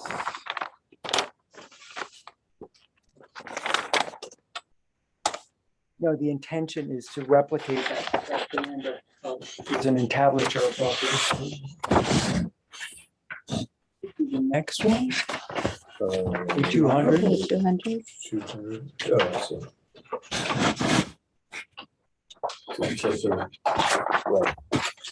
Right, so there is an entablature that starts Mhm. at the porch.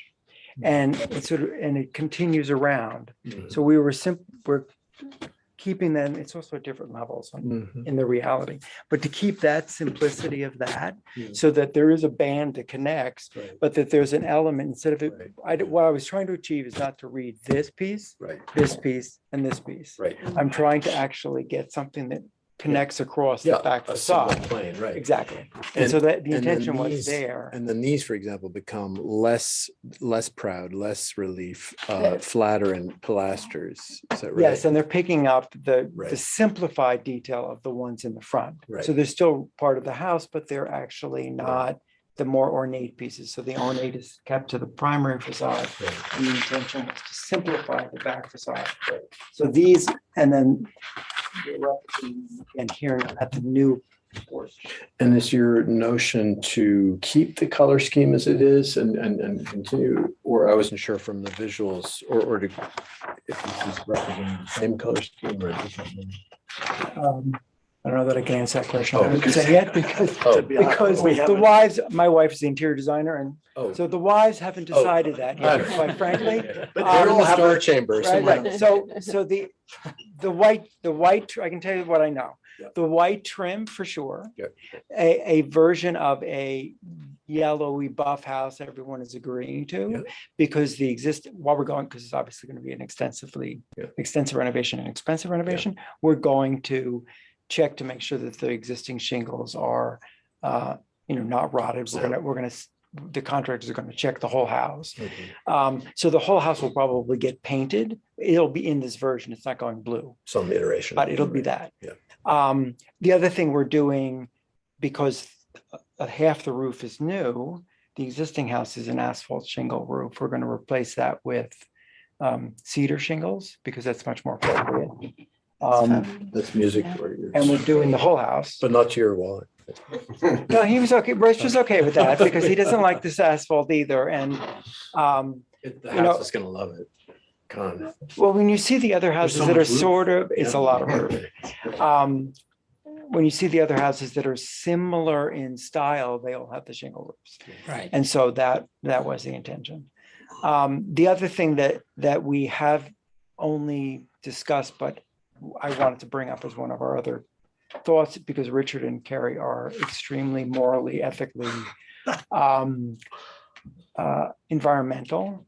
We would like to explore solar panels on the roof, but we wanted sort of, before we spend a lot of time and energy and money and hire an engineer to do it, we wanted some guidance in terms of what you think, how we approach it. Which side is facing south would even give you the benefit?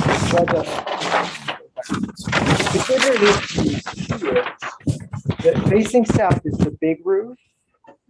This is somewhat due south, and this would be west. So the best roofs are this one and That this can't one. be seen. Right? If we That's keep it at this- facing the wall. It's facing the road, but It's on the low. road. You're below. Below. Right, right. So if we do them on the higher portion and the. Above the Oh, dormer, no, I you see. mean? Above the dormer. So we Great. did that, and we also did above the new dormer here, which is facing west. We could get a significant amount. Whether it's gonna be worth it or not, we don't know yet, but West over the driveway, right? over the driveway. Yeah. That one's a little more visible, but only to you, not to anyone on the street. Oh, we would see it. Yeah. For sure, but, You feel good about it. well, I mean, frankly, if the Tesla roof is actually workable, What we I would was try gonna it, ask but right now. I have a friend who works for them and who actually is in charge of that division, who Okay. sort of said, not so fast. Oh, See, I'm really? waiting for that also. I was Yeah. hoping you might have had a breakthrough. Yeah, no, Put some pressure on, because we would love to have something with the solar panels that is aesthetically. and we would pleasing. love it too. Yeah. And honestly, we don't know whether whether the amount of surface area we can get actually accomplishes That's right. a lot. Our target is to look for the roofs that nobody sees. And whether that turns out to be worth it or not. Right. Because it's. Although for this me, part of honestly, Robert's it's less, heavily wooded, so there's a lot of shadow. Right. So, there's a whole, it's way beyond me to know whether it's actually going to be worth it. But it's an exploration that, if you didn't say you were totally opposed to it, we would pursue it.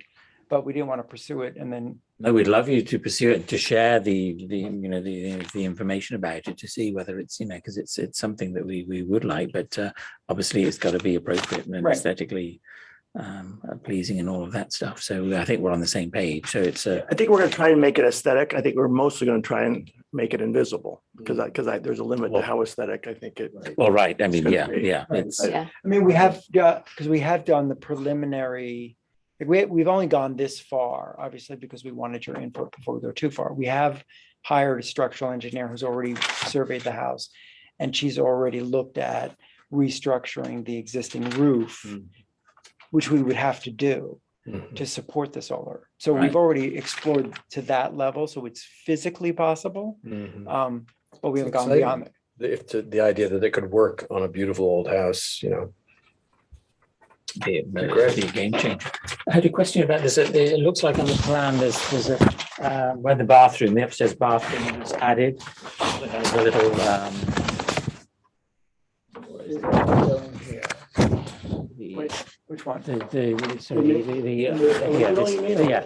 It looks like on some plans this window's disappeared. Is that? some There is- sketches? This If one that's here. the case, it's not. It's not No, going no, anywhere. No, no, Right, it's not going, okay. because this there's a bathroom, letter. there's a letter window here on the other side. I mean, this is obviously not original. Right. That's what I meant by clubby. But that bathroom is actually reasonably recently renovated. And this will disappear. This That was gonna be disappeared. impediment because you'll have that architrave come across. You know, that if you went, I think you went today, correct? Right. The one there are two of these.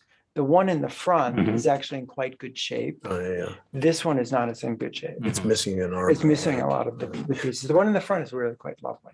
That's thing. And there was an option of in this corner area, the landscaping Right, so plan. I was Oh, talking about. this one here, yeah. Muddy corner that we are trying to deal with. I understood that here you were thinking of the steps, but they're here. These are the steps, right? I have the landscape. So there's one of the landscape challenges. The landscape challenge is that the approach to the backyard from the front is actually quite narrow. It also, because of the way the house is, it's really hard to get anything of substance to grow here, so it's quite damp and muddy.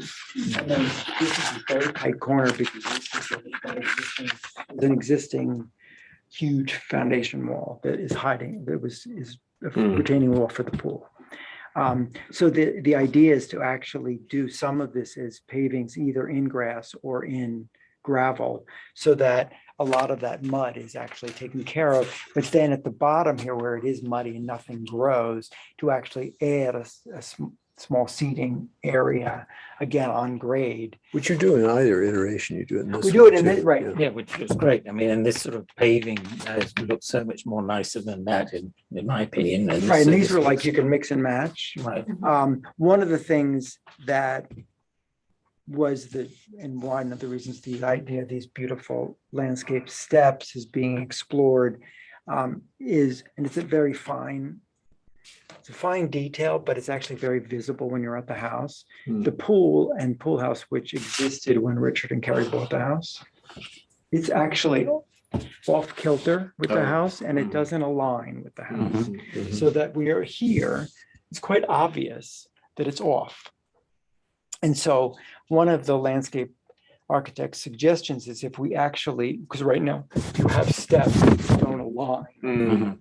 If you actually spread out the steps, you can actually hide the misalignment, Right. and it becomes much more of a gracious movement from here onto the lawn and then down. Although we also talked about essentially moving these stairs. Right. Yeah, So you don't trying to line everything up. You're putting the stairs over here. Elsewhere. I mean, It's a design challenge in that it's just off enough. Oh, it does. Yeah. I love it. I love it off kilter. It's not- If it was like totally this, off kilter, so it looked like an English garden, Right. fine, but. if but it looked this looks deliberate, it a looks like mistake. somebody made a mistake. No, That's what the yeah, issue no, is. that's. Well, yeah, once you notice Well, and that. when we bought it, the pool house had sliding glass doors with a very clear center point. And so you're just looking at the center of that thing. The pool didn't line up with the center of That's that. very And then the triggering. stairs didn't line up with either. Yeah. And anyway, so And if you went with this plan, what is this, the grass? It's grass. Okay, so that's, So if they would do it in Softens it up. bluestone or a stone, just to create like little terraces, but it's a grass. That is so good. they did that at Dumbarton Oaks, they have that, and it's very, very Right. successful. And it also just allows a movement that's very free. Because the other thing, the landscape architects, because we're trying to enliven that wall and really pull the wall into the dining room. So they're also suggesting adding an outdoor fireplace and building it into the wall with the same material so that there's a focal point and a reason, instead of it being just sort of this dank corner, that there's a real reason to gravitate there. And with the new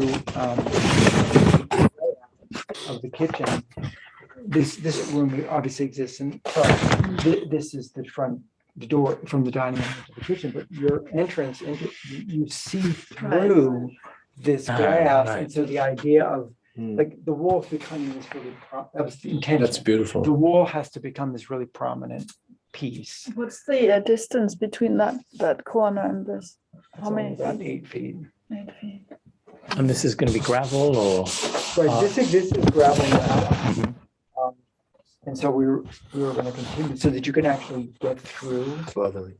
But that also could become a little bit like a service yard, so there's a place to hide garbage pails, and because right now they're really visible. And it also will give us a back door. We really don't have a back door. I think the last sheet has a rendering of it.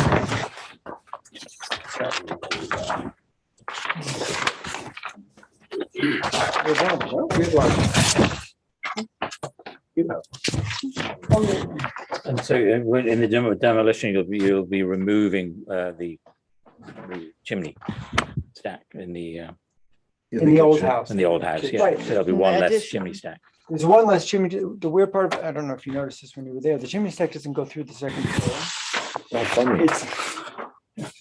It's a non-functional chimney. Oh, It was originally in some iteration, it was in the middle of the kitchen. Disappears on the second floor, but they didn't take it away above. So it's just sort of hanging.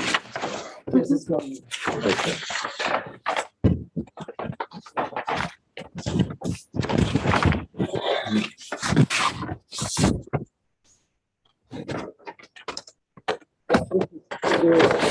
This rendering on A202, this is the new back.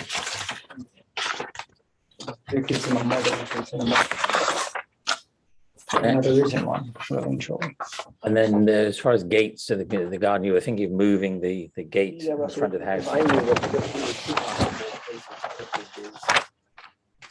Yes.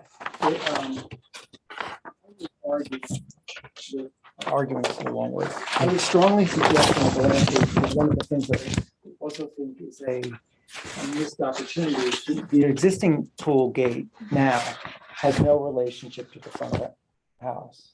So one of the options is to move it so that it actually aligns with the end of where the porch is. So that there's a deliberate reason for where this gate is. And it's really saying, because right now it's like in the middle of the wall. Right. And so if it either aligns at the end of the porch, so that it's saying this is the front and you're entering into the private realm of the property, or you move it all the way back here so that it actually aligns and actually announces the entrance into the backyard. And so they're exploring. And it's transparent, so the walkway of whatever stone it ends up being, the walkway would just continue through. But the fact that it's just arbitrarily placed just seems very odd. And then the gate here, you've just done a schematic sort of gate, but Right.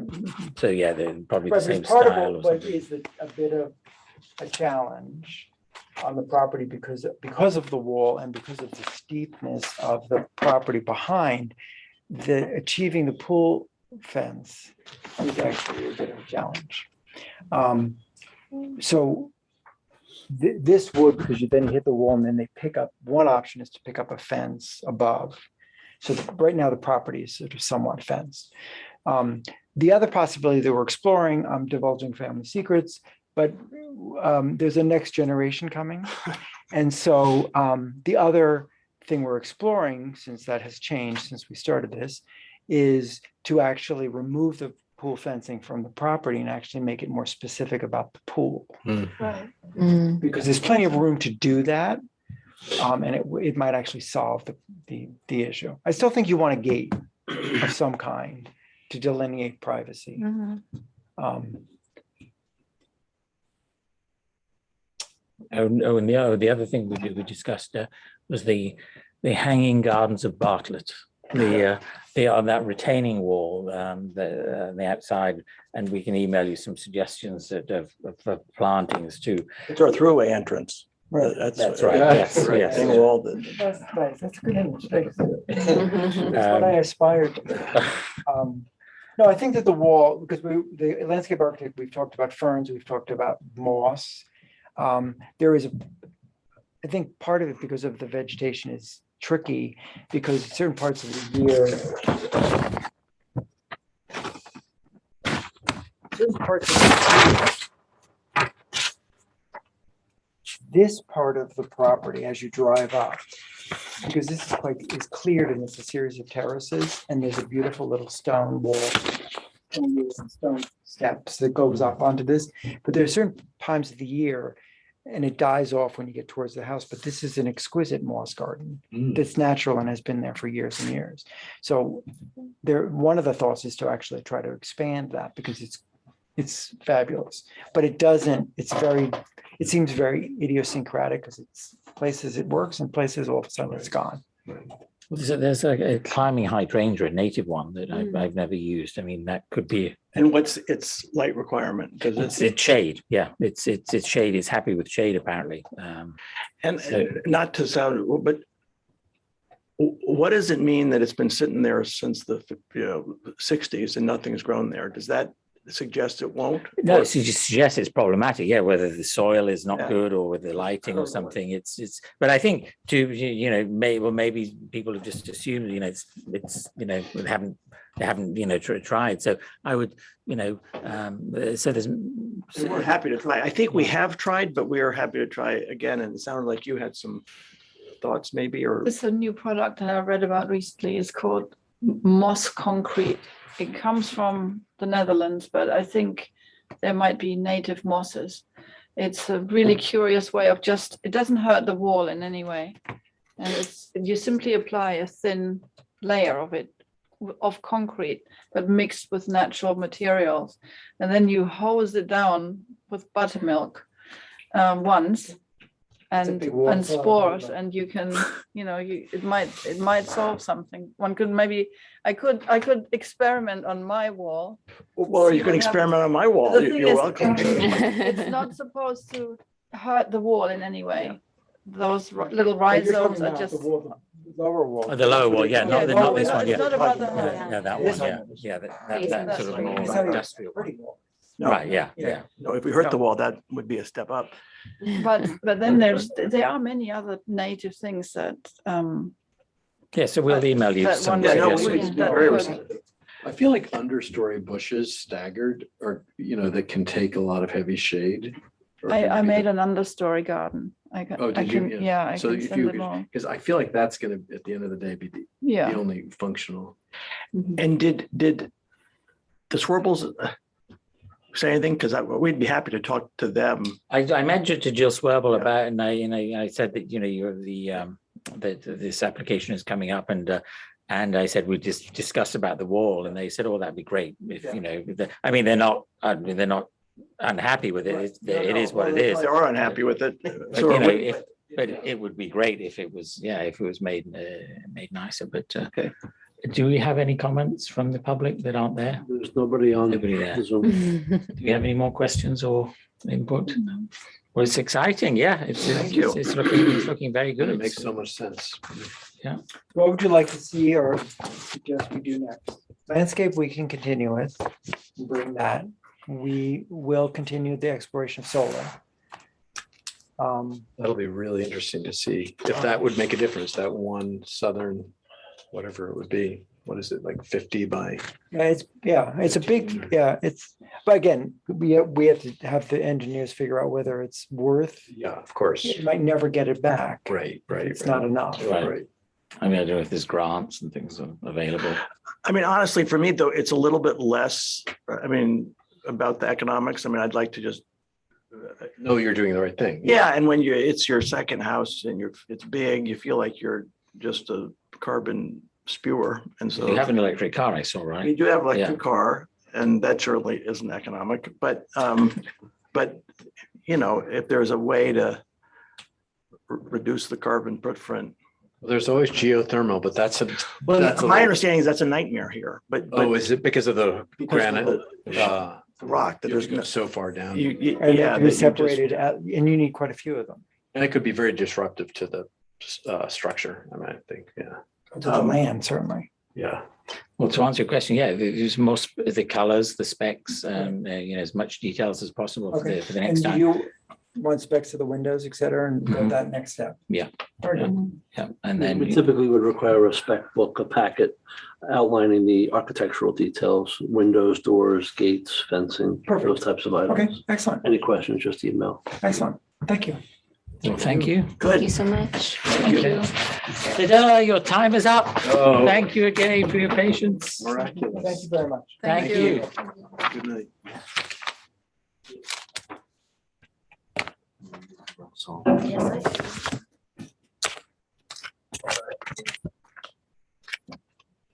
So you brought your friend here. I made this today. Yeah. That was my pre-project. Okay, so you get visual. But actually, the color is not the color that I actually try to achieve. This is actually the cedar that we're gonna use For the for the whole exterior.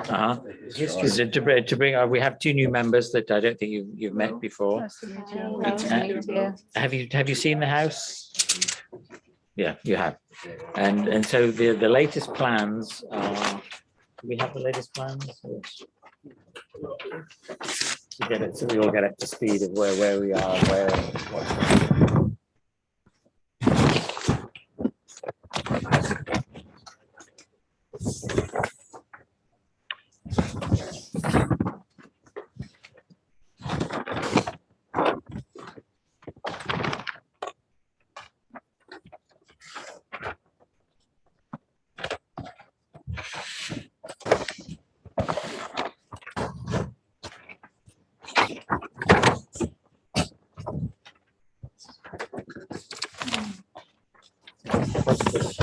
Here.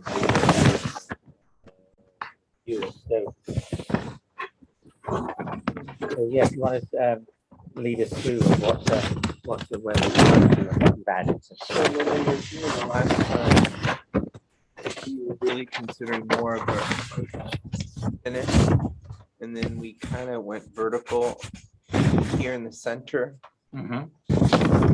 But we like to get your opinion on maybe going back to a horizontal I think look. what we suggested was like in the last house, there's a horizontal on the ground floor, and then the first floor there's the vertical.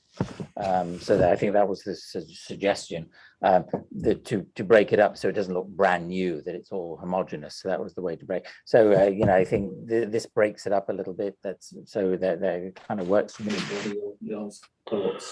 I love the idea of going back to the horizontal. I think it'll look cleaner and not so busy. And I think it won't look, because it's at different levels, I think it'll be perfect. Yeah, I like the idea of going back to horizontal. Perhaps, is this maybe representing it too tight, that in reality, the siding is looking. Oh, yeah, actually. right? This, it's a 3/4 by 8. So that's your actual kind of, yeah, this is probably about the spacing Yeah, I think that's. that we'll be nice. able to achieve. But I that, think- not that color, that. Well, actually, as we're sitting here for the past 2 hours, we like to ask you your opinion on a color We change. really would like some color suggestions. Not that. It's not this. What is your favorite idea? Initially, we wanted to go with cedar or something natural. A darker color, Yes, but now more brownish. Yeah, we had more of a browner color. But now we've seen even in the park, some other homes that have a black cedar. Mhm. And as we're sitting here, we're looking at this cover, which has kind of what that look would be like. But obviously that's not a cedar, but in a cedar material in the black finish. It's very sexy. I think that I don't know whether the road could take it all that because it's I personally I love that that, but I'm not sure with the neighbors. It all seems very pretty and sweet, the road, and this may be, I don't know, what are your thoughts? I think it's going to be quite a contrast. It'd be nice if it was blending with the neighbors rather than sticking out as its own statement, if possible. And especially since they are so close together on Clubhouse, there's a lot of natural cedar, I think, right next to you with the ones with the gardens, like the painted, kind of more of like a taupey natural color stone. So everything kind of reads very natural. I think that will look pretty stark and modern in comparison to it, especially if the thought is to go with black windows too. Although I do think with this, you do need to stain it. I think that with cedar shake, it will age and naturally to some mellow gray or something, but with this kind of thing, it would need to be stained, but maybe to sort of approximate the sort of tenor of an aged cedar shake. You know, Well, the original silver. plan, I can't dig up the color in my phone because I don't have any signal. By any chance, do you have it, John? On an email? No, you texted me. Oh, okay. However, it It does- was more of a brownish. It was Right. more of a, I have a really nice color, which I think would work. I mean, that's my original color, but I can't dig it up. And what you're indicating is more like brownish, Or natural. silvery, like, you know, like aged cedar shake. Aged It's actually, It's that's pretty what we much- were. Like a initially warm trying to silver, achieve, basically. Yeah. Because it works with the neighbor across the street and the Yeah. neighbor down the street. It does. The black was just a Well- momentary just now. Well, actually, I like to really dig in a little bit more because there is another house down the block and it's a burgundy color. So it is dark. Yeah. One. It's a wine. It's a Right. It's on very the same side, unique. like a plum. Yeah, yeah, yeah, It's yeah. a very unique color. Yeah, I know it. It's burgundy and it has like a dark green or something. Well, I will Yeah. say this, that if one were to go very much darker gray or even to something approaching that sort of Japanese, what do you call it? There's where they actually burn that's very, very black. But I think that this looks terrifying because it's a very flat front, and whereas you will have definition, you know, I assume of these sort of mega clapboards, Right. you know, that would make it look less objectionable than it might. I mean, that looks terrifying in the context of Clubhouse Road, but I think the way to visualize it is in Slotesburg, where Michael Bruno has Valley Rock Inn. He's brought the little houses round and he's painted them black. And, you know, they're like, oh, Michael's been here. You know, he's Oh, yeah. and The it's ones in like, the back. yeah, the ones in the back. And it's kind of like, wow. And then, and then it's kind of like, it's kind of a little bit too drawing attention too much. Yeah, yeah. Yeah, I appreciate that. And again, I think that the original color that we picked, it's a really good color. I wish I had a picture of it. I couldn't find it last week. Yeah, it's and I can't get a signal, but But it I does can lend bring to- it back, but it's a nicer, softer, no. it was It a rather does- chocolate. It does lend to how, I'm sorry, what's Oh, your, Rob described. Yeah, it's more of a brownish. Natural. It's actually the house left to us has that age brownish color on the cedar, and it leads towards that finish. With the gardens up unstable, Yes. the house is technically unstable, but the garden is on Yeah, clubhouse. the Goodfellas house. Yeah. Yeah, because that would be great, because, you know, with all the new windows and all the, you know, we. Yeah, it softens it. I agree. No, I appreciate that. It does. The black would make it like. Yes, a brand new. you're house. right. You're So right. then- I agree with so that. if And I you were think to that's why we go- picked that color. So if you were to go with the color of the Goodfellas house, what is now owned by the Wolves or whatever his name is, what would you do with the window trim? The window trim, I wanted to do a 1x4. Also stained. Just Same stain, thing, yeah. same. So it would be, yeah, and I would trim out all the windows, the doors. And I actually extended, if you've seen the house recently, I extended the roof lines to get an overhang. Okay. So I've already achieved that. I'm actually gonna go 1.5 inch even deeper because it So it's looks sort of proud nicer. of the. And yeah, because it was a flush finish. Right. Which So- looks, yeah, that would have looked a little bit cheaper with the flush effect. Right. It's a lot nicer and when it's finished. So I would trim that, the windows, the doors. And the Muntins, you know, with the panes, what would be between the panes?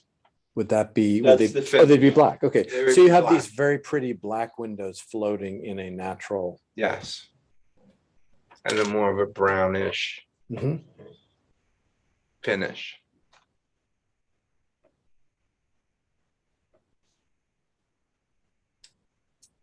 See if I can find that in Oh, the you're trying to email. find the original drawings? Yeah. Of the house? No, of the color, Sample. the color. I don't think I ever sent it to you. Ah, okay. I've only ever seen plans like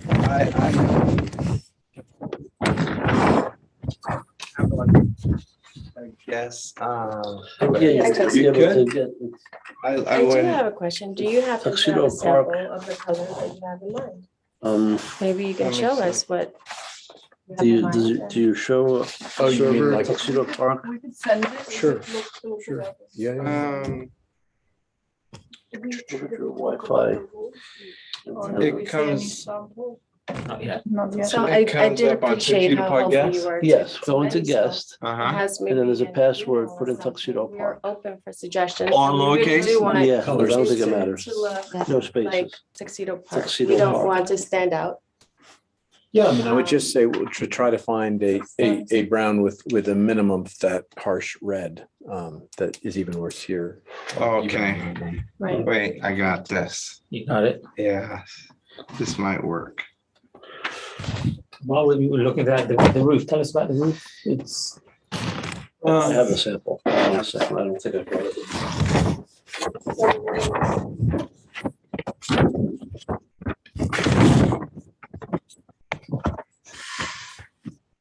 Okay.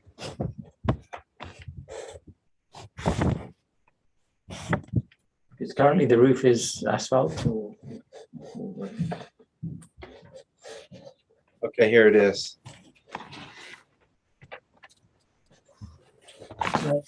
That's nice. Yeah.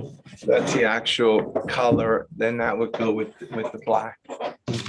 There's another picture, let me see if I can get If you could get something with a little bit less red in it.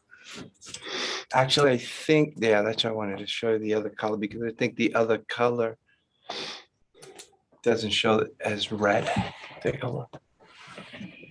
That's right from the company. I think the sun kind of on the other picture shows it. Yeah, I think that's nice.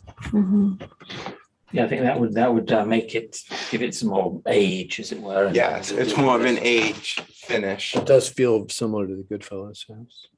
Yeah, like this, because the light is hitting this differently than back here. Because I would say I would agree with Rob on the kind of removing of the red undertones. Right, on that corner, it looks a little harsh, right? Here. Yeah, right. but the back But is this- good. But I think this is very nice. Do you have this Is there a spec? maker model? Yeah, what is? So yeah, the company that I've been talking with, I can get the color on that. And they finish it on, they send it here already finished, all the corner pieces, all the trim, all the window trim, door trims, corners. Oh, wow. All of it comes finished. I mean, they sell it both ways, they sell it this way. but for me to get it, spray it, dry it, it's easier for them to do it. And then just, they send it, all I have to do is just cut it and install it. So it's a much simpler process. And you achieve the consistency of the color because of being So, machined. so if we're going with that color, which we all seem to like, what, tell us about the roof. So the roof would be this black here. Right now, the roof that's there was in, I think it's 07 that roof went on. It's, What is it made of? That same? yeah, it's the same material that's there. And there's a difference with the, obviously, the newer material has some new features for fading and things of that nature. It's obviously made better today than they were 15 years ago. I was just gonna say, and again, we're open for suggestions that. Yeah, I'm not glued to this color. If But that's what you're going for, I would have favored this one or this one. But Yeah, I think that's a bit too sexy again. Okay. I thought you liked sexy originally. But it will read as very stark. I think if you break it up even a slight bit. With a little. Heavily. Okay. It just will soften the effect a little. Yeah, bit. that works. Yeah, I'm not, we're not. Will you? So, I mean, would this kind of house have had a cedar roof in the old days? At Well, one point when it was built? presumably, I mean, you can explain the protocol about roof. Historically, if it has a cedar roof, we'd like people to maintain it or replace it if necessary. If somebody has an asphalt roof, we can't stop them from repairing it and maintaining that either. Right. But we do like people to upgrade where possible. Would you be open to upgrading, putting a? What do you mean by upgrading? To make it a cedar roof? I don't know. I would have to look into it. I mean, this is a rental building, so one appreciates that it needs to work as a. Oh, you're renting it As a out? business plan. Oh, There okay. are two units, I think. Right. And one question I have, and my fellow board members may scream and run, just while we're talking, sort of spitballing this. I don't know what the price differential between asphalt roof is and say a raised seam, steel roof, which would have a rusticity and, would look, I think, speaking as one member of 4 or 5, handsome with the kind of approach that you're going for. Kind of Pacific Northwest or Maine, or it feels rather woodsy. I didn't even think you approved those.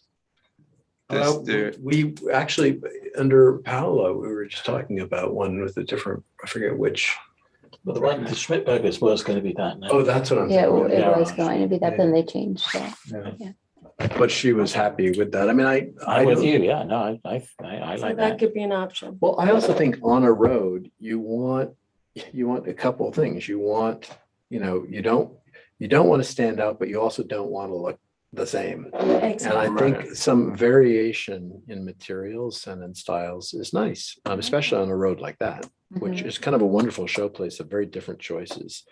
I think that, it's hard for me to find a situation in which I would ever think that an asphalt roof is either a great choice or an optimal choice. So if you found that pricing it out and with the understanding that this is a rental building and it has to work financially, if in pricing it out, you found that a raised seam steel roof was, doable, I mean, speaking as one member, I would see that as preferable, but. Okay. Could I ask John's opinion? What would be your view on it? It's really the architectural style and making sure the elements fit together, whether it's the roof and the siding and the windows, and that's really your decision. It's certainly not a prohibited material, though, the standard. It is a natural material, is steel. We've allowed standing steel roofs. A lot of times there's small sections of standing seam copper, Right. not as much metal, but it really is an architectural preference depending upon the style of the house. It's something that one sees a lot when one goes up to a place like Maine. And, basically the more rugged the environment I've found, and it's not as if it wasn't used before, but in the last 15 or 20 years, I've seen people putting it on beautiful old capes. I mean, it really looks good in an historic house or a or a, what do you call it, a log cabin. It's quite dynamic. It can work with a lot of different styles. Let me ask you a question. Yeah. So because it's a corner property, Yeah. and if we're trying to blend the steel roof, then just give us your thoughts. Will that stand out a lot? Because when you're coming As it down were, the standing Clubhouse, seam. when you're coming down Clubhouse Road, you see the roof coming right at you on the Downhill side. on the downhill side. You don't see it on the other side, but on the downhill, do you Honestly, think that's gonna? To me, the standing, I've seen a lot of these because I spent a lot of time up in Maine. I mean, it just has the virtue of simplicity and it's a real material. I mean, I think this is something that came to dominate American architecture for 70 years or certainly 50. And there's no getting around the fact that it always looks a little bit like a compromise, like it's pretending to be something that it's not until it's now become its own thing. And I think if wherever possible to upgrade from asphalt, it's an ideal thing. I believe that the steel is more expensive. I don't think it. Sure. Yeah. So I mean, that's a What are the consideration. other houses? I didn't pay attention when I went. I didn't pay attention to the roofs of the other houses. I looked at their siding, There's some but I don't slate. know. There's quite a lot of asphalt because there are some cedar shake. Mhm. I would say 50% are asphalt, maybe Maybe more. Yeah. And most of them have upgraded to the asphalt. I mean, my neighbor across the street, they still have the shingles, which they're eventually. Oh, need the to beautiful, very low slung gables. The Matthews. Right in front. Yeah. Joanne. Oh, yeah. Joanne, Yeah. yeah. When they were trying to, you say upgrade, I say tomato, but I mean, they were trying to grade in one direction or another to asphalt. And I think we kind of put the kibosh on that because they have they already have the cedar, right? Cedar, and we Cedar. very much wanted that continue. Yeah. Right. So the cedar is definitely the best. So. To answer your question, I'm very much in favor of this idea. Obviously, the neighbors would have to chime in to, that live there, say, no way, or like, yeah, this looks great. Right. I think, what do you think the raised metal? I roof? have reservations. I think my favorite idea is cedar because that's the best quality and super lovely and chic and it fits in. Weirdly, my second choice is this, and my third choice is the metal, because I think that would be kind of very dramatic, especially as you point out how Yeah. visible the roof is. I think I that think you you're right. drive down Clubhouse, you would see quite a bit of it when you're coming on that corner because there's really no Right. obstructions when you're. Well, look, this is an easy solution. Yeah. And I think if you just steer away from that, which is rather harsh, to something else that has a little bit more texture variety, it could be, look, the roof is going to look better than it looks now. So Everything's gonna look better than it looks now. So let me ask you this question. They do have a design finish. So this is pretty much a very simple tile, but they do have the architecture. They do have the architectural one that actually is not loud. It is soft, but it is nicer. How about if we look into and see and maybe bring a couple samples, because it's not coming at you. And it actually fits with all the other roof lines because all the other, like I think you just mentioned, 50% of the other roof lines are the same material.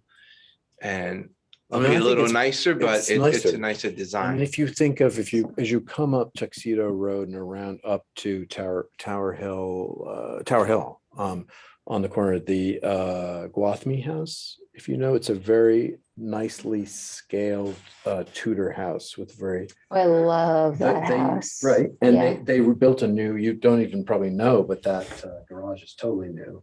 You never know. That you drive around to. It's Yeah. the patty corner. Yeah. Mhm. That is totally new. They built that in 2008, 9. It's a while ago now. Right. And for a while, it took them a while to get both of the houses in sync on the roof, but they have architectural asphalt shingle roofs and they look fantastic. Yeah. Right. And that's where? It's right as you're coming around on Tuxedo Road to Tower Hill. The bottom of Clubhouse, as you come down towards my office. As you take that sweeping. Oh, left, there's I a know the and house there's a on the garage- right-hand side. Garage caddy. Yes. Hard on the road. Yes, I mean, gorgeous roof, and it's. you're right.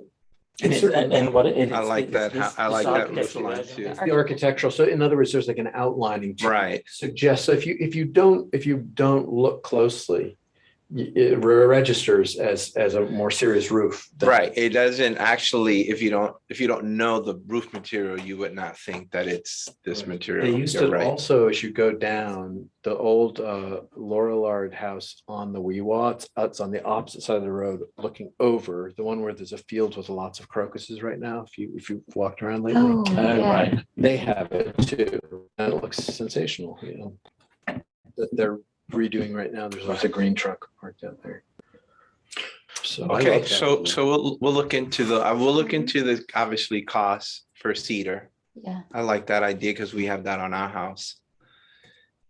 We'll look at both and see which one is feasible. It'll be double.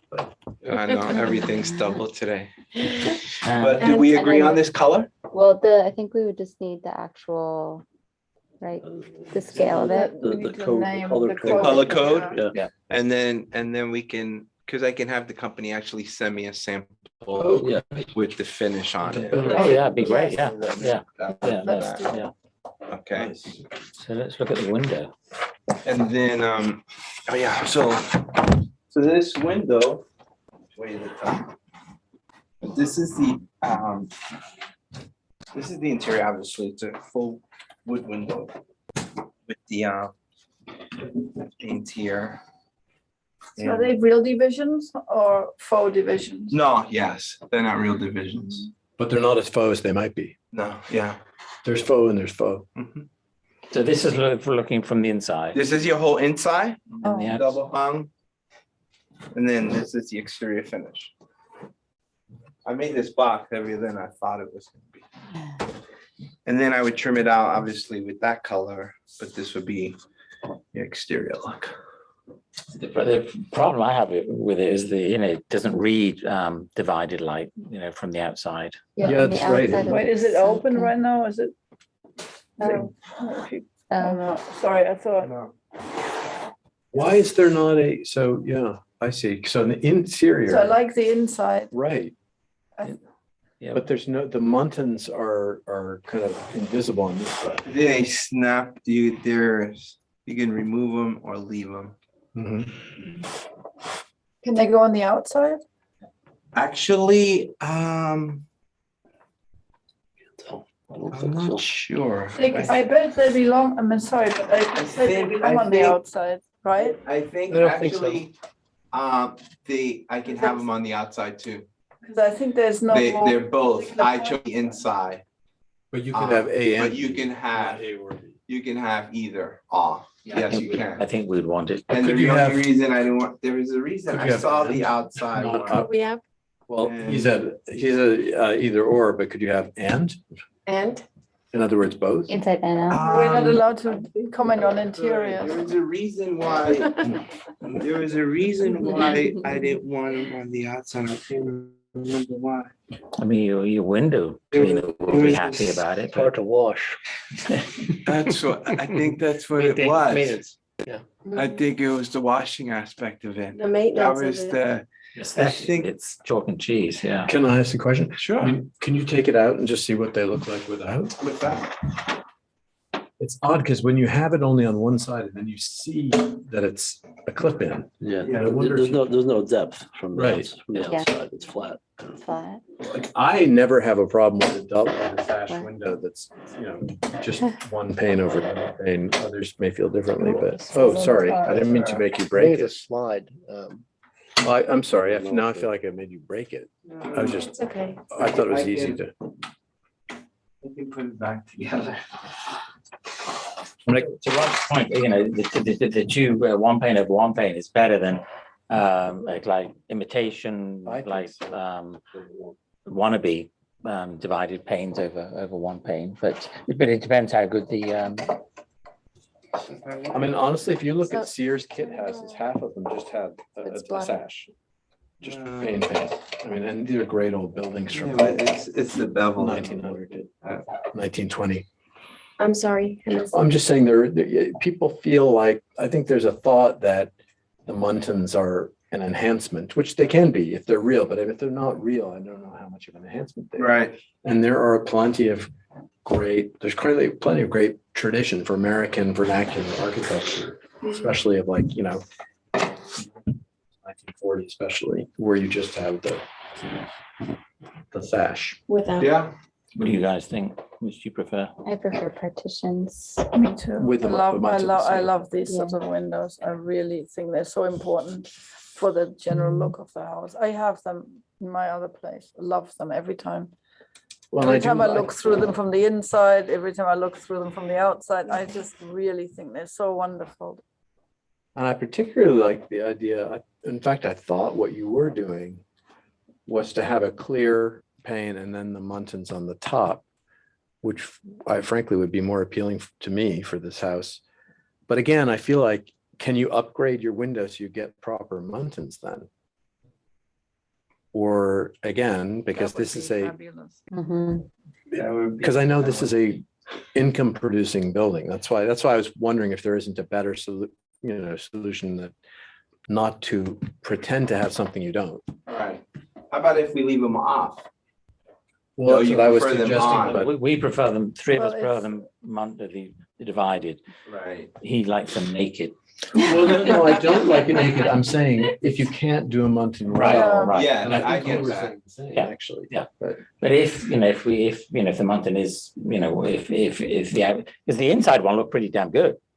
If the outside looked pretty damn It good as looked well, very good from the yeah, inside. then I think it'd be happy. But I think, and to your point, the divided on top and the plain on the bottom is a nice, as opposed to this is predictable, pretty, trying to be, The chocolate box combination of the cover. two. Mhm, I Um, like that.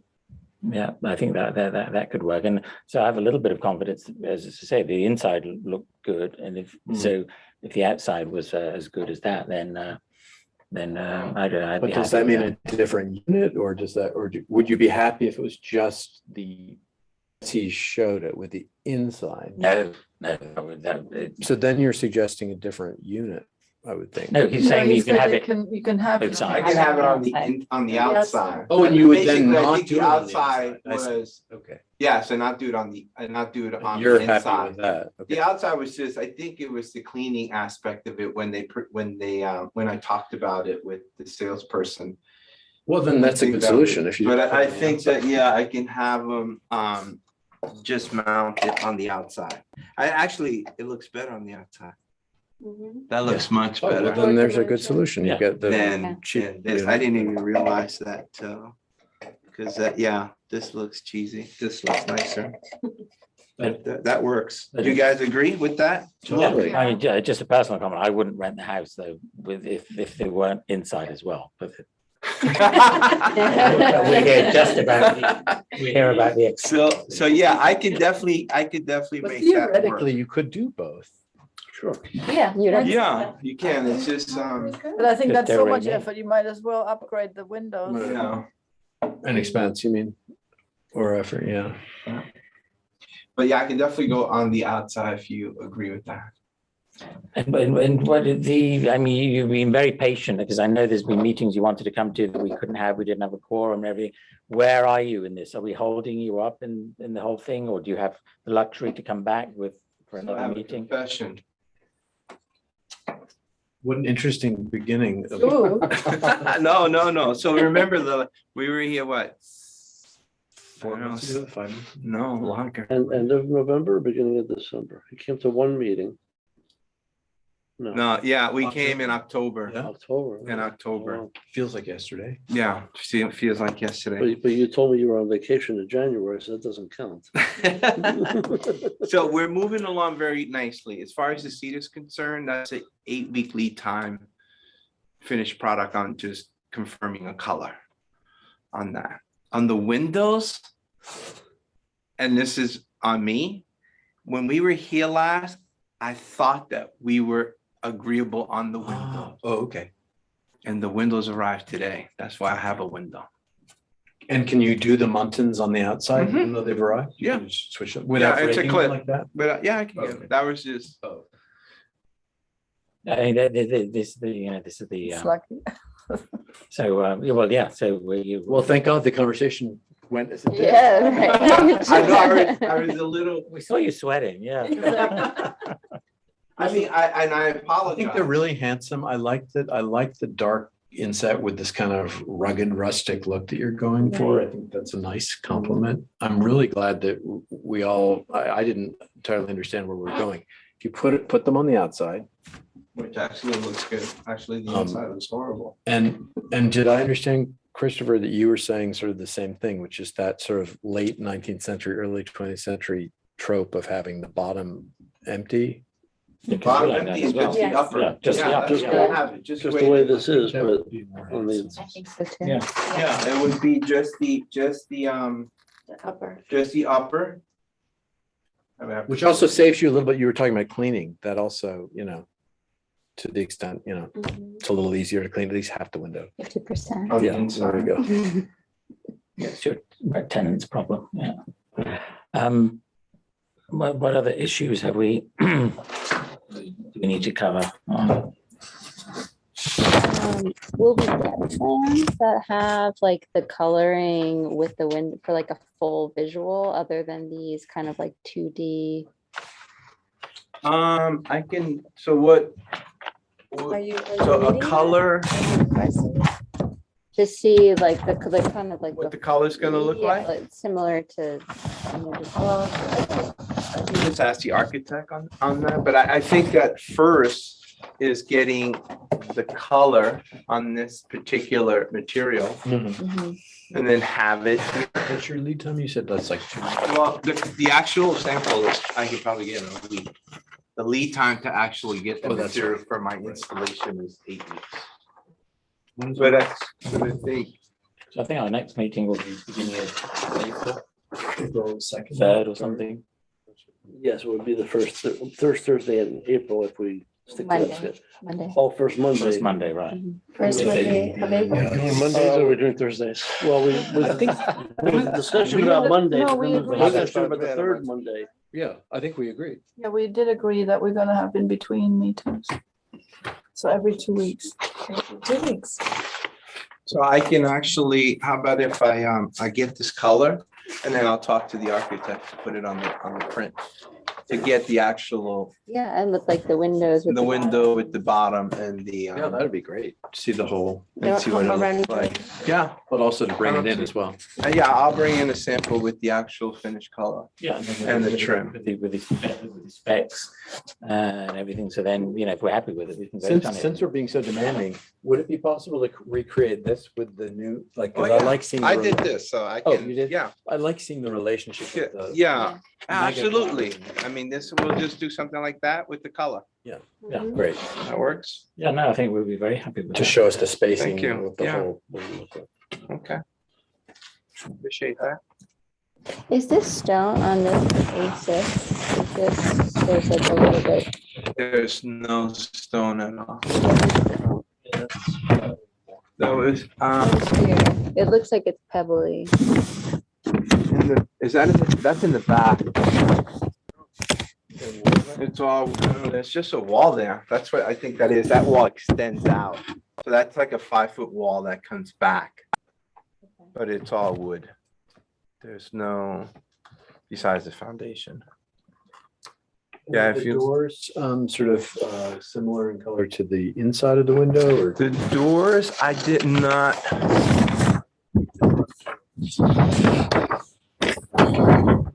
I have an idea of a door. Examples of the actual. Two doors? Two doors. Yeah. One on the side. One I have that was there. But the one for the front is a door that I'll bring you some. If I can just samples. make a sort of comment slash Sure. request, if you would consider seeing that, once you've established that very strong dialogue between natural and then very sharp dark velvet on the window, I think it'd be nice to follow up in that area. Yeah. the strongest articulation. Yeah, no, I agree. I agree. And do we have any detail on the, It's a brick chimney. that's like it's already It's there. already there. It has a little flashing around it. Yeah. they're Okay, just understood. there. They're gonna be wonderful apartments for someone. Yeah. You're gonna get brand new tenants because the other ones were quite old, right? She's a little over 100. She's still alive. Is she coming back? No, she's in a facility now. And then the daughter is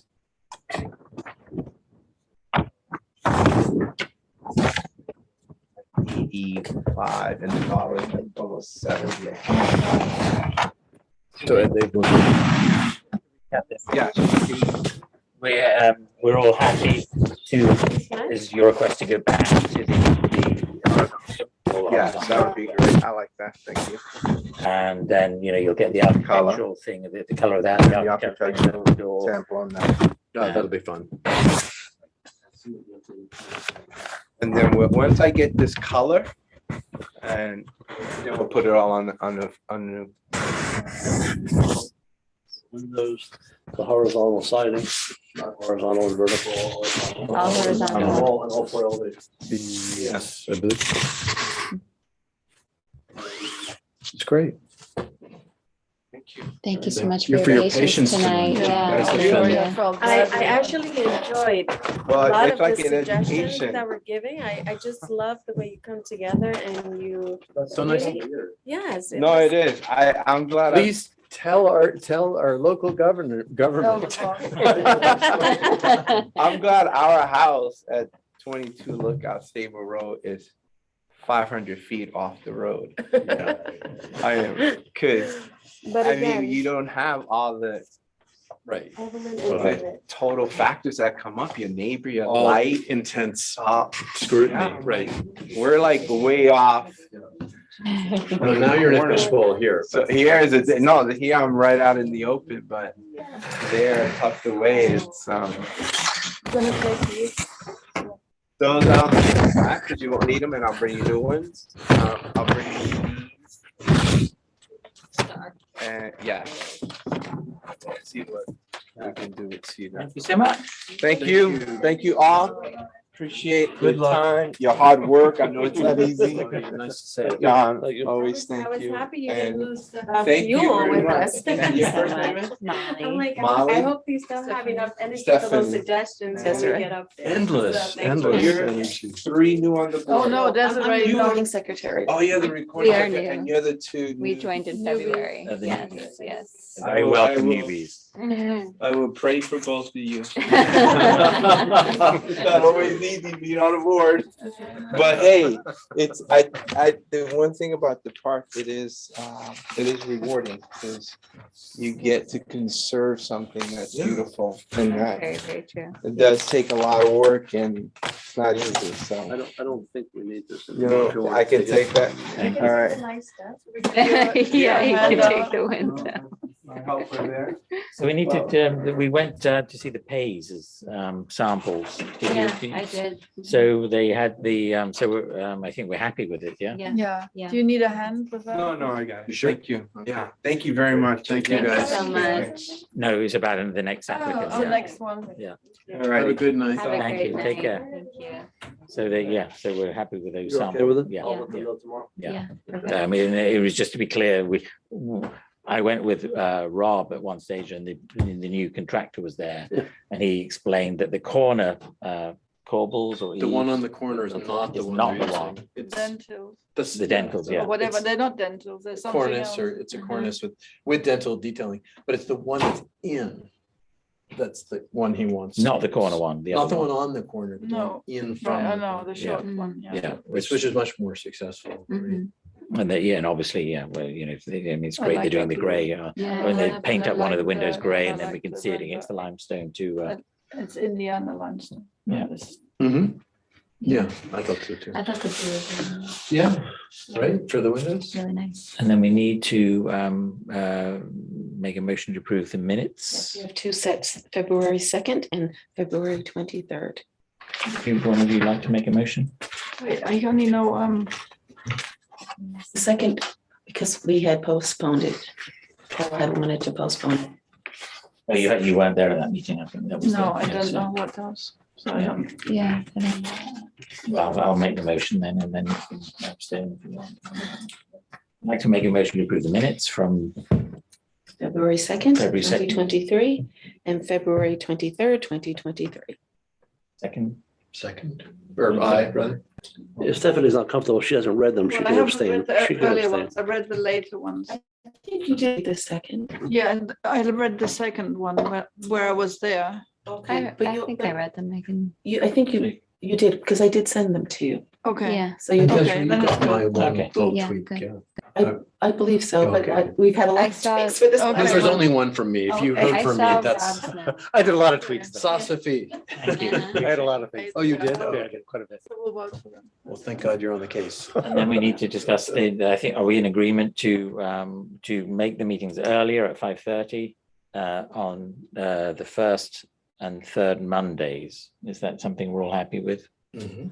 It's up to. I'm happy with it. So if we are, then the board BOT meeting on Wednesday will vote that in, and then it'll So we become don't need to official. vote on it, they will vote on it. Right, they'll vote on it, and then it can be in the schedule, and people will change. People will know it's Monday nights that they can come and have fun. as well.